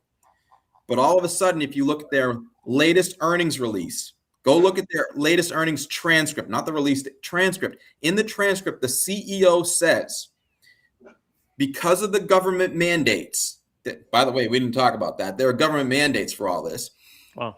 We are seeing a queue. The queue for customers to get on our platform is larger than our entire installed base. So that's a sign, right? So when you look at what customer deployments on AWS going through the roof, you got Track telling us that the queue for getting on their platform is bigger than all the customers that they've ever added to this platform ever. That's the installed base, right? Part of that's because you have a company like Walmart.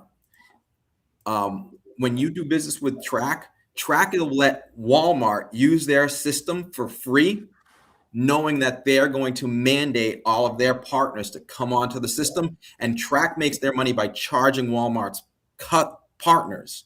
And then all that data that goes into the Track system gets shared amongst all the partners, so Walmart gets visibility into what's going on. But where's that data come from? It comes from the sensors. What's powering the sensors? WATT. So this is something that's blowing up across the industry, and you've got another name that you brought up, INVE. Yep. That manufactures those sensors. The whole thing's exploding because the sensors have become super cheap at the same time that AI has become super powerful. It's a convergence of two major trends that have been roughly 30 years in the making, right? I was working with Walmart on this in 1998. Now we finally have it to the point where it's cheap enough for virtually any company to adopt and employ. So these are three IoT names: Watt, Track, Identify, and VE. There's a lot of questions here about profitability because, again, people trying to wrap their heads around this. Like, sure. Can I still get into Watt? Am I crazy to buy this at up, 300%? So at 50 million revenue next year, if they achieve that, like, what kind of EPS would that be for the company? So, look, I wasn't prepared for that question, but I can pull up my model very quickly. So if you look at their operating model, and you look at how it works, obviously you want to look at how much money do they make on each incremental box that they sell, right? Or end-to-end solution, by the way, okay? And this is very important because we believe that British American Tobacco is a customer, but not just for the boxes that power the tags, but an end-to-end customer, because not only does Watt sell the boxes that send energy downstream and send data upstream, but they also sell the tags, and they also have software to power those tags. They just generally don't sell that entire end-to-end solution because their partners, most notably Wiliot, WIL, they just got a $75 million investment from Avery Dennison, AVY, by the way, right? Those guys like to be the ones that sell the software and the tags, and then they drag Energus along for the ride. So Energus doesn't have to do anything except take orders. That's great because you don't have to pay salespeople. You don't have to do marketing. Your partners do all that for you. But in situations where Watt can go out and get their own customer, they'll be able to sell the tags, the boxes, and the software, right? So to answer your question, you want to know how many boxes they're going to sell, what their margins are on the boxes, what their margins are on the software when it's an end-to-end solution, and figure out how that flows down through the income statement. Bottom line, their break-even point is somewhere between 5 and 7 million per quarter. Now, clearly, if they do 25 million in revenue this year, they're probably going to end the year at somewhere between 5 and 7 million easily per quarter with the growth rate you've got going on here. They only did 3 million last quarter.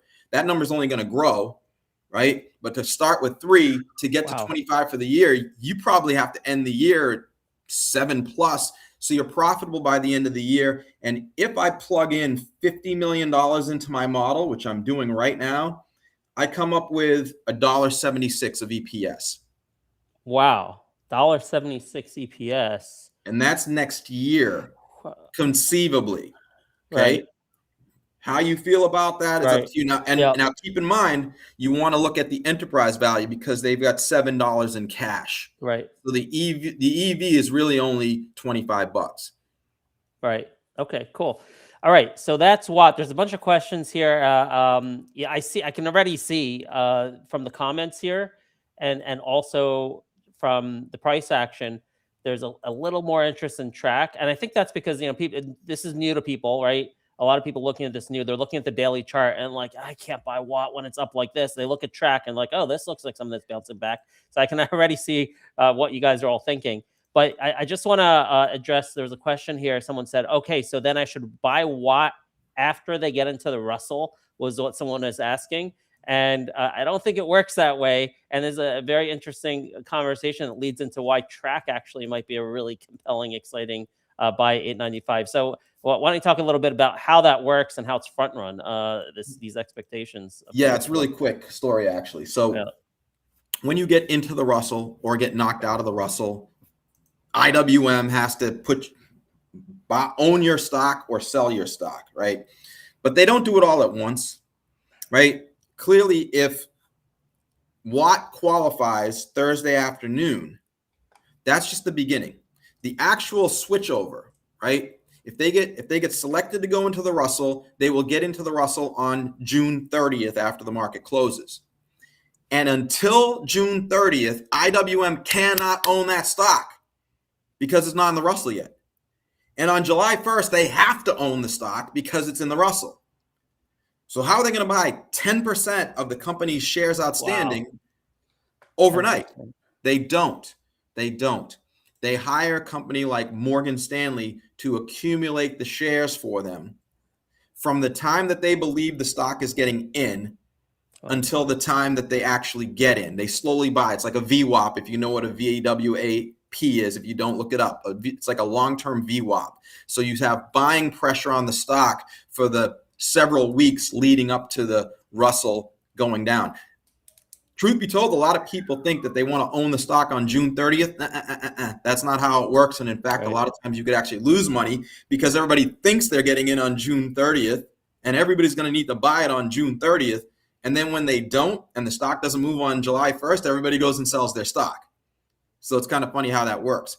Now, the same happens in reverse. Track, having dropped so dramatically this year, the expectation has been that they're going to get knocked out of the Russell. And so there's been third-party selling. There's also been people who game the system selling the stock off. But now all of a sudden with this big earnings release that they put out, the bullishness on the release, and if go back on the chart a few years, give me a 5-year chart on track. You see that big ramp up? Yep. That is the original dates of the government mandate. The government mandate went into place right at the beginning of that ramp, and the stock went from 5 to 25 based on investors understanding how much revenue these mandates were going to bring to track. And so what happened? The mandates ended and now they're back? No, the mandates got delayed. The deadline got pushed out because the vendors like Walmart and all the partners said, yo, we can't do all this in 2 years. You have to give us 2 more. Okay? Partly because once the mandate goes into place, if the government comes to you and says, we want to see your data, you have to present them with 2 years of data. So Walmart wants to have 2 years of data now to make sure that the systems are working. And so if the government goes and asks them, that gives a request for data, that they can deliver 2 years of data. So what's happened is the original delay that occurred sent track stock falling because people are like, oh, shoot, they're not going to make all that money now. We're getting out.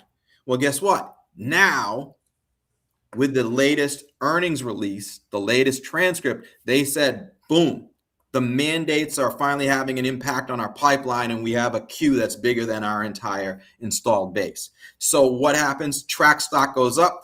What's the market cap right now?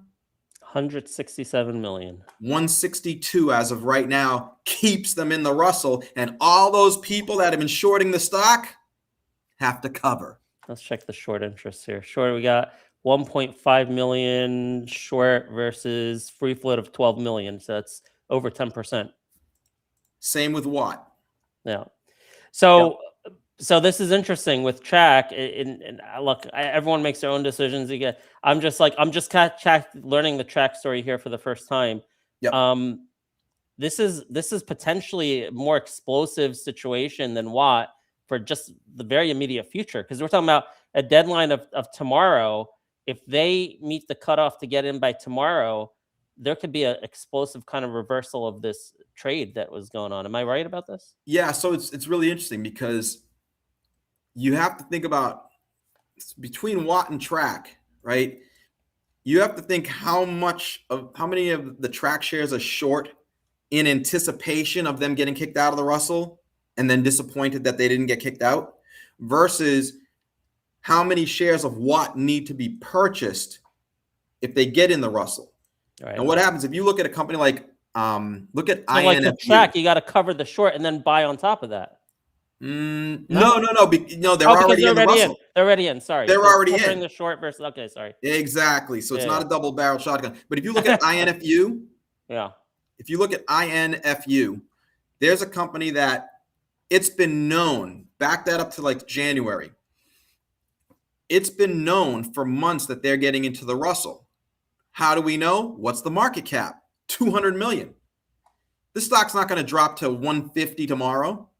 So people have known for a while, ever since that earnings spike back there, that these guys are getting in the Russell. So the buying started early.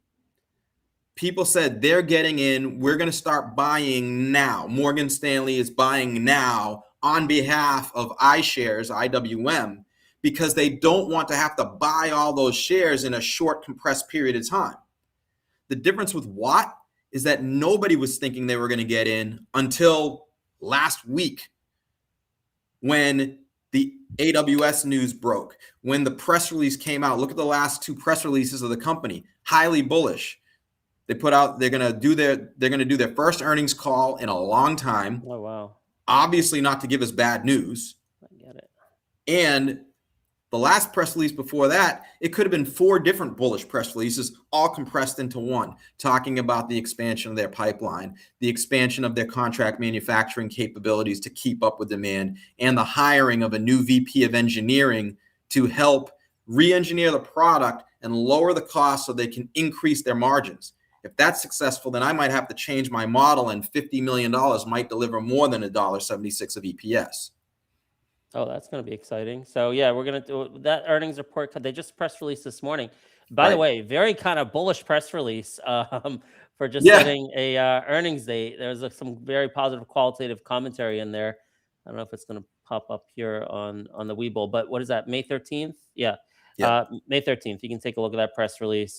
Company seems pretty excited to be not only doing the earnings, but talking and taking questions. I guess they're going to take questions, about if they are. Mark? I believe they will be taking questions. Yeah. So we'll be tuning in. Maybe you'll be able to ask a question for everyone. That'll be fun. For sure. I definitely will be there. And in the meantime, what I'm doing, I'll probably go live tomorrow. I'm planning on going live tomorrow. I've been gathering information on what that pipeline consists of, what that AWS pipeline looks like. Because if you can get some clues into, for example, how many of those deals are just for the boxes versus end to end, their break-even point might be 5. The difference between their break-even point being 5 million and 7 million all depends on how much end-to-end business they get, because the end-to-end business has much higher margins, software margins on top of the hardware margins.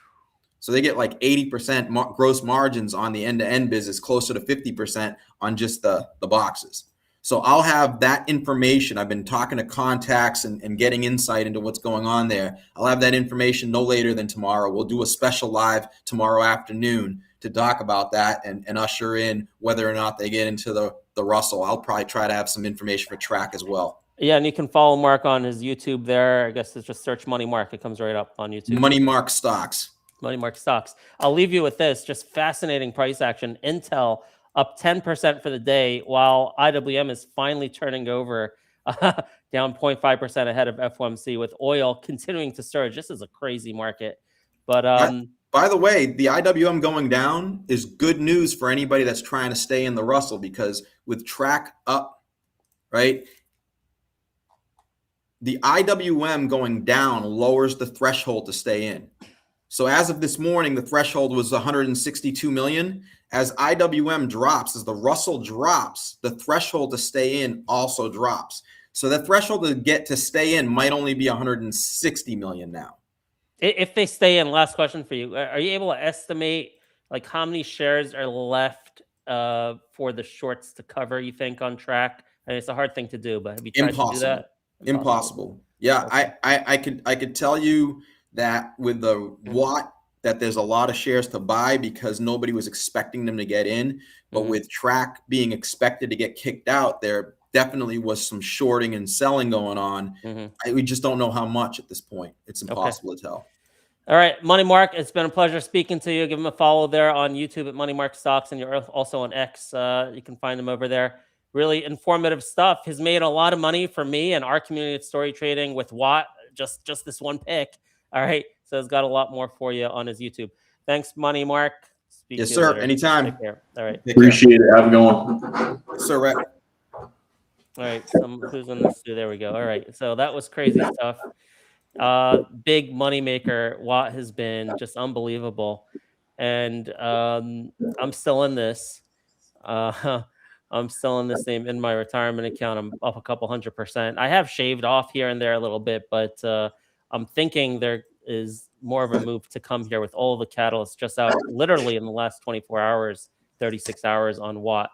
So that's Watt. Track. I'm in Identiv as well, which I spoke about before. Small cap. TZA starting to work for us. Check that out. What is TZA? Yeah, we're shorting, but just unbelievable seeing Intel up like this with I mean, just a tale of two markets right now. Yeah, so we're shorting. I'm also on some IWM puts. Let me see. Maybe I'll. FOMC is coming up at 2 o'clock. You know what? I'm gonna close out some of these puts, see if I can buy back higher on a bounce. Sell 1 second. I'm in tomorrow's 274s. All right, took a little profit on those IWM puts, but yeah, tale of two markets right now with the big cap tech versus IWM. But I continue to feel that oil is your North Star, and this is why I've been shorting the IWM. Oil like this on a day that FOMC, like to me, that's an obvious IWM short. By the way, I have a target on IWM, which I spoke about this morning. It's getting closer, 270 to 271. And it might go to the 20, but I think 270 to 271 is a more kind of layup target on the IWM. How's our TZA working? It's working pretty good. I mean, not too bad. TZA triple levered, up 0.5% on it. But I have a big position, actually, very big position, because I got a lot of longs to hedge. So pretty crazy stuff. All right, so those are the small caps. There's a comment saying, hey, small caps aren't for me. I do everything. We do everything in Story Trading, from the smallest of the small to the largest of the large. We give analysis on everything, and we trade everything. So we don't. You want to see something that's looking ugly right now is ASTS. You know what? Like someone asked about it in the Discord, like what's going on with ASTS. I have to tell you where I'm not surprised that it's going down. I was surprised that it rebounded so well after that rocket mishap. You know, I tried shorting it, and I lost money on that trade trying to short it. I thought it's heading to 50. That was unusual price action over here. I did think at the time we disagreed on that day. I thought it would bounce off the 200 DMA, which it did. I didn't expect it though to go all the way up there to back over 100. Oh no, that was here. I'm sorry. It bounced off the 200, went right to the 20 DMA, got rejected. In retrospect, I was not watching this every day. In retrospect, that would have been an obvious short at the 20 DMA, because sure, they get their money back from insurance, but the timeline gets really extended, and that's the big negative for the company. So right now you're at 50-week moving average support. I don't know. I'm not actively trading it. I own it in my long-term account. And that's it. Someone's saying in the comments a dip by EOSC. It's kind of right there near the 20-day moving average. So EOSC, now we're finally going down on because of the oil. Like finally. EOSC, let's see. I put out a swing buy on this, and it's right at support now. Yes, look, it could be a buy here for sure at the 20-day moving average. However, given market conditions and the risk of high oil and FOMC, if you enter here, I would enter this as a swing trade, like multi-week minimum time frame. Okay. I like the fundamentals. I like the recent news. I gave it a swing target of 9. If you're in a short-term account and this breaks and closes below the 20 DMA, I would bail in a short-term account. But if you can tuck this away in a longer-term account or a swing account, I think it could be worth it here at the 20 DMA. That's my thoughts on EOSC. Nice. But it's really tough for me to pull the trigger on anything, even at technical supports on FOMC day when oil is doing what it's doing. I think Boeing got pulled this morning from news, I believe. Something with China, I believe. That's been taking a big hit, almost down 4%. Let's read these headlines. Boeing. I don't really trade Boeing. I'm not too interested in it. Saw a few comments earlier here. People were talking about it. I saw something come out this morning through my feed. Hold on, I'm trying to find it again. China sold their unit to buy Airbus planes for $21.4 billion. Oil is just relentless. It's crazy. Sorry. Yeah. Okay. I hear you. I don't think I've ever traded Boeing. Yeah. Too boring of a company for me. However, I am an RTX and it had a good day yesterday, but not so today. Man, I'm in a whole bunch of call options. Oh, this is going to hurt my Chart's account. not looking good at all, though. I have a lot of near-term calls on RTX. Kind of had it as a hedge. I was thinking with oil going up, it's kind of war-related. And if people are concerned about the war enough that oil is going up, then maybe RTX is going to get a bounce off this. That was my thesis here. And not only that, but RTX stands to benefit the most from the increased defense budget spending and all the munitions that were used so far in Iran. So I've been trying to play this technical bounce. Yesterday, it looked like, it was going to go in a good direction, but not looking so great now. I stand to lose a lot of money on RTX calls. A lot of them expire this Friday and a bunch for next Friday. Look at this. IWM is getting smashed now. I don't have enough. Yeah, it is. What caught me off guard today was seeing Amazon run the way it did to new all-time highs. Yeah, not only that, Intel, I heard Google did. I did not expect, I really did not expect any aggressive buying today with FOMC and oil like this. It's really surprising me. I just don't understand it. I really don't. I don't understand it. Do you understand it, right? No, I don't understand that thesis behind these plays at the moment. I guess it's just short squeezes. Forced buying from people who are locked out of the rally or something. So Ben, what do you think today with FOMC today at 2 p.m.? I think I'm short IWM. Today's like the last hurrah for Powell. So what's that? Today's like the last day. Oh, it is? This is the last one? Yeah, I believe so. Yeah. I guess maybe it'll be discounted, whatever he says. But, like interest rates, it's not one person making the decision. It's a vote.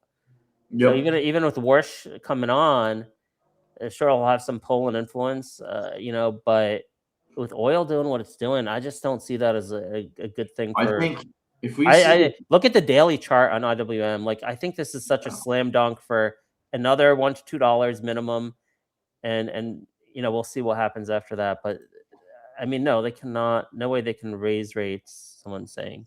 You mean no way they can drop rates? Is what you mean? And they can't. What do you mean, Eric? You want unemployment is too high, so they can't raise rates? No. Okay, I hear you. Dual mandate, so they can't raise rates. Fine, but they can't drop rates either. Not with Pretty oil much doing just so. No, they can't drop unchanged. rates either. What's that? It's probably going to just stay unchanged. Oh yeah, of course it's going to stay unchanged. But the commentary is what's going to move the market. Yeah. I didn't check expectations. Is the expectations unchanged for today? Probably, right? I don't know. Let me check. Let me see. Fed Watch tool.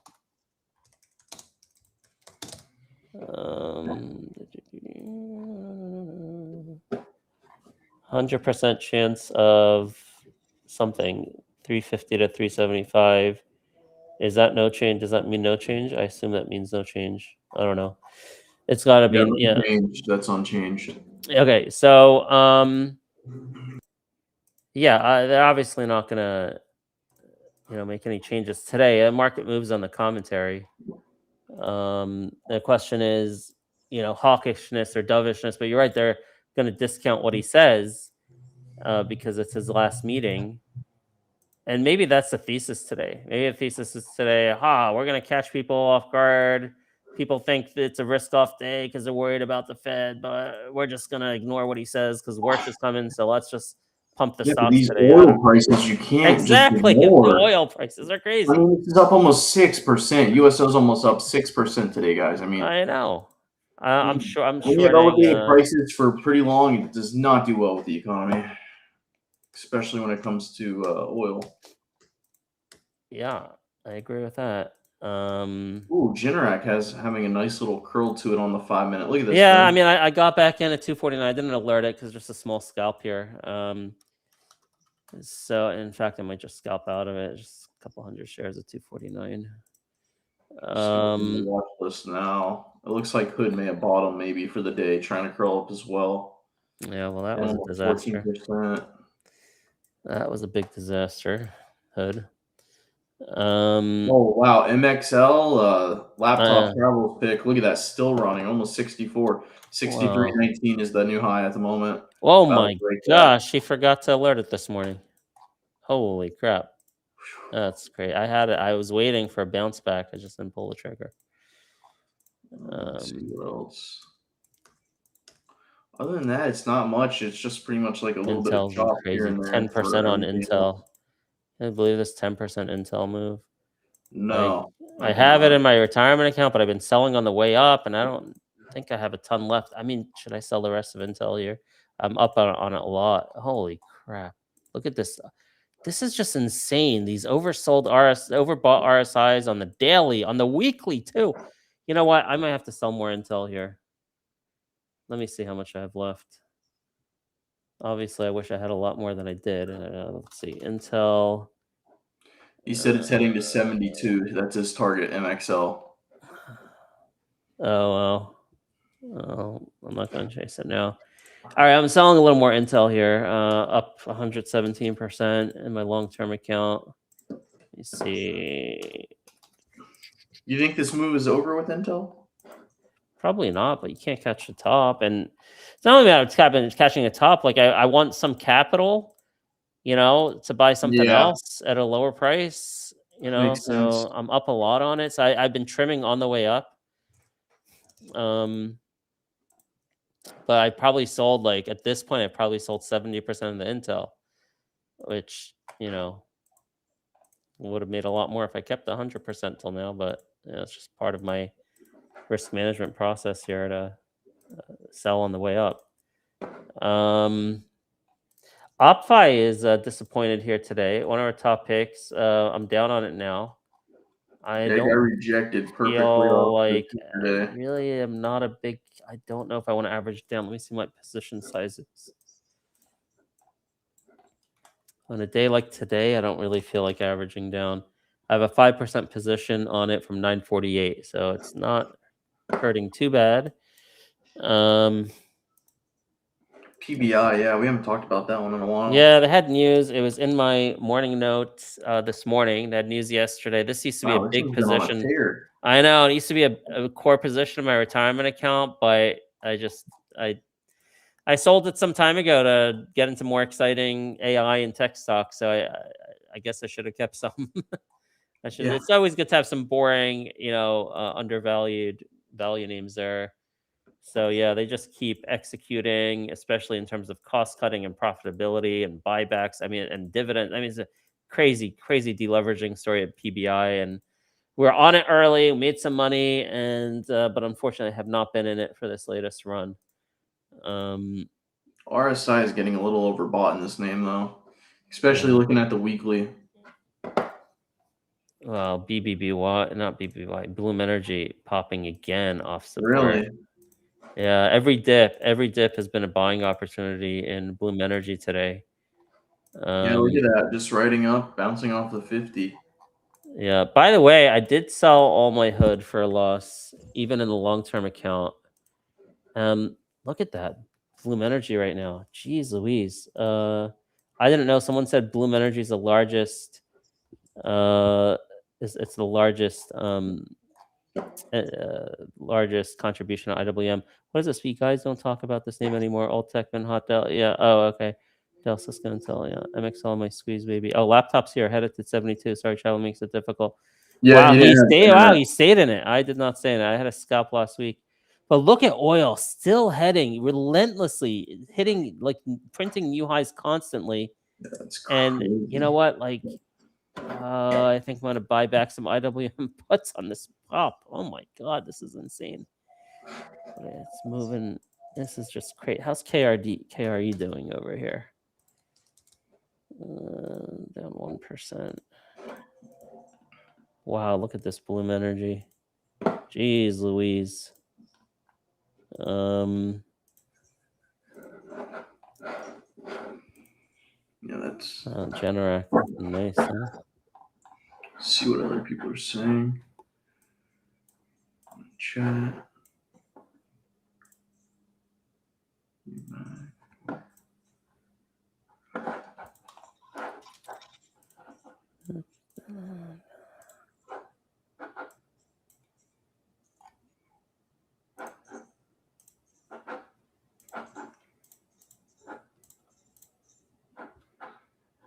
Oh.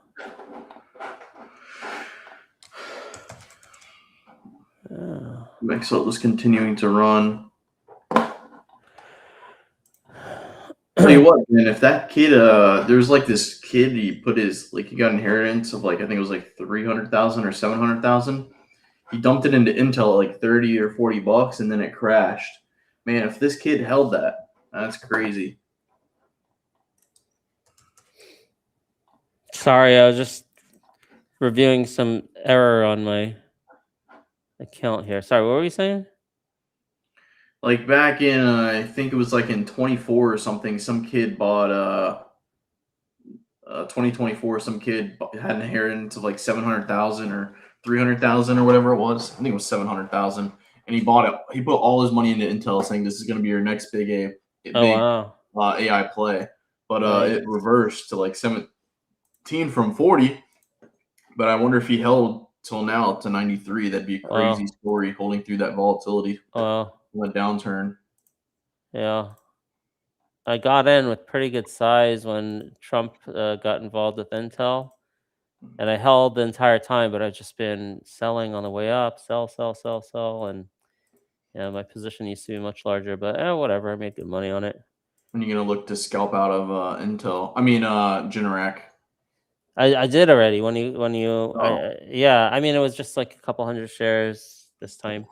The bigger payday was this morning. We got in at 240, alerted at 240, and alerted the exit at 249 on our Discord. So a nice $9 move there.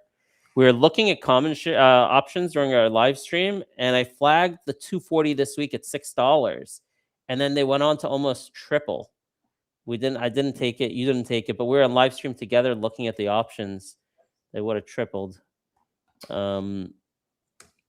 And we both had very high conviction the thing was going to blow too. Yeah, it's just the spread was what scared me away, because last time I traded this, I think it was during the like that Arctic freeze or whatever it was that you guys had up north and in the southeast, and I got burned on it because of the spread, and then those contracts went to crap. Yeah. So I think that's what kind of pushed me away today from it. But wow, Bloom Energy looks like it's going to just explode again. It looks like it wants 300. Where'd it go? There it is. Bloom Energy. Every Give me dip 5 is minutes. where I can't chase it here. Maybe on the next dip, maybe I'll try another scalp on the next dip or something.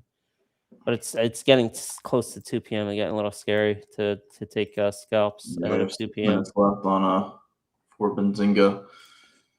Oh, CEPT apparently Citron endorsing this today. This is Securitize, which blockchain stuff. We had Tokenization. right? I think we talked to the CEO. Was it some time ago? We talked to the CEO. We talked to the Yeah. COO, and Securitize. What they're doing is they're working with the New York Stock Exchange to tokenize the assets, so stocks. So there'll be more direct access to retail traders like ourselves to interact and see who's holding what positions. So it's just a easier way to interact. Yeah. with So the I had shareholders. planned based on their financials that I looked into. I thought this was cheap and it has good sentiment. A sector with good sentiment. So I thought it could perform really well after the D-SPAC. So I was planning on getting into this name a few days before the D-SPAC. But then Citron pumped it today, so I accelerated those plans. I got This in is on probably the going to be one of your biggest D-SPACs of the year, I would say. Is going to be CEPT to SECZ. That's going to be your ticker change. Yeah. Do we know the timeline on this D-SPAC? It's coming up. I think it should be in the next couple. They're just waiting for the SEC. So once that all clears, then they'll. Okay, so we don't have a definitive date yet. Okay. No, I don't think we have a definitive date yet. But sorry. Yeah, I bought the Citron pump on that. Oh, it's scheduled to ring the bell on NASDAQ on Thursday. Oh, really? Okay. Laptop, when did they D-SPAC? Do you know? On Thursday then? No. Hold on, I haven't. It's not Thursday. I don't think they had the vote yet. I mean, maybe they did from the last time I looked. The first half of 2026. Oh, they had news this morning too. Securitize and ComputerShare announced an agreement to enable tokenized shares for U.S. issues. That's some news. SkyQ. What was SkyQ? I think I alerted it this morning in our Discord. And I think I actually took a quick trade in SkyQ, if I'm not mistaken. I thought that was yesterday you took a trade. Or was that the day? I think it was. Let me see if I traded SkyQ. Or maybe I just mentioned it in the Discord, but didn't trade it. Let me see. No, I didn't. Wait, hold on a second. Fuse. Oh wait, never mind. He's saying it's Fuse. Yeah. SkyQ. Oh, I bought it at 610 and sold it at 620 in pre-market. Look at it, 705 now. Yeah, it wasn't a top focus because it looks superficially like a shitco. 26 million market cap. Well, maybe not so much a shitco. What is this? An IPO? I don't know how they came public. Doesn't look like a D-SPAC. Might be an IPO. But they had some interesting news this morning about oil play. There's pre-revenue, so I thought it was a shitco, and I just scalped it for 10 cents. Sorry, you mentioned the stock?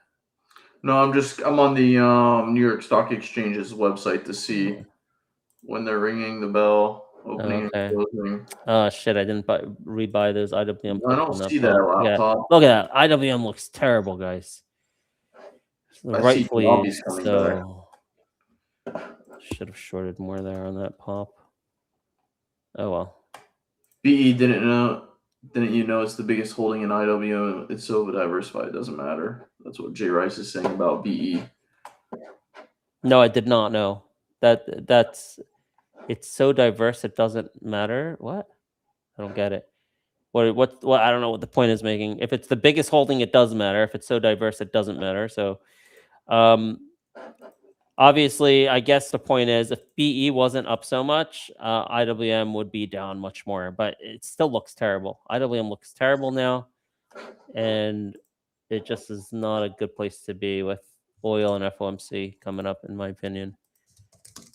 Wow, we got a freaking, it must be a record number of comments on this Benzinga show today. It's just coming in nonstop. See that? I've received 100 messages today with Restream. I speak of the devil. As soon as I said that, we get a automatic message from Restream.io saying I've received 100 messages today. Look at oil.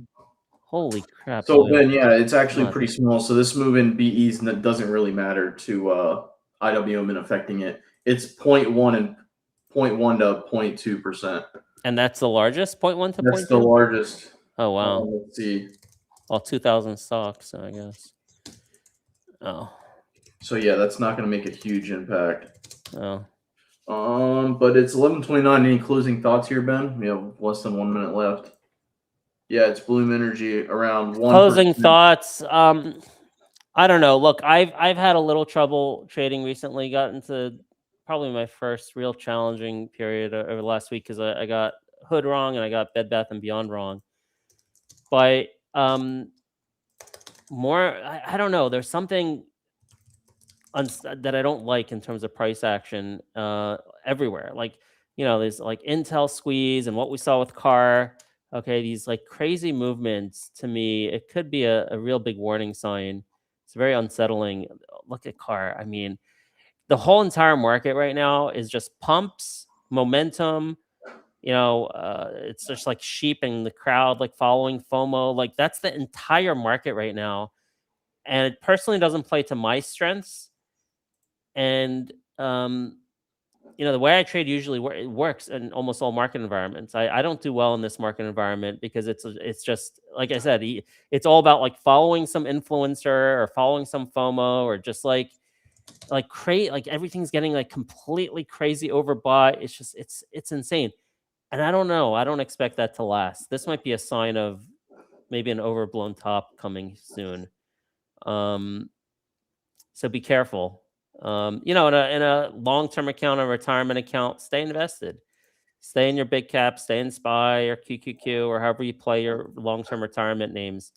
But in short-term trading, like if I'm having trouble with my trade strategy, it's like this effect of all of retail just rushing into things. There's this kind of momentum environment we're in right now does not work very well for my style of catalyst trading. Like no one cares about a catalyst. The catalyst could work, but only if an influencer large enough pushes it and everyone piles into it and they try to get a short and gamma squeeze going. That's the only way the catalyst works. Otherwise, like no one even wants to hear you. If you talk about catalysts or fundamentals, they're like, screw you. What's Joe show? What's this influencer saying? Like, show me the money flow, show me the the options and the gamma squeeze. Like, any kind of legitimate thesis is completely getting overlooked unless it's being pumped by someone, and then you get this, the resulting price action is like what you're seeing in Car, and I see this repeated in legitimate names right now. So it's pretty crazy, and it makes me uncomfortable. It's not where my forte is, and I think it could be a warning sign. Maybe something's about to break. Okay, so keep that in mind. All right, and yeah, so ZSQR is ringing the closing bell today. They just had a de-SPAC. So look at this USO. Look at this USO. I mean, all right, yep, that's exploding. All right, guys, take care, everyone. Take care, and make sure to check out the story trading website that we just finished, storytrading.com. All right, take care. Have a good one. Take care.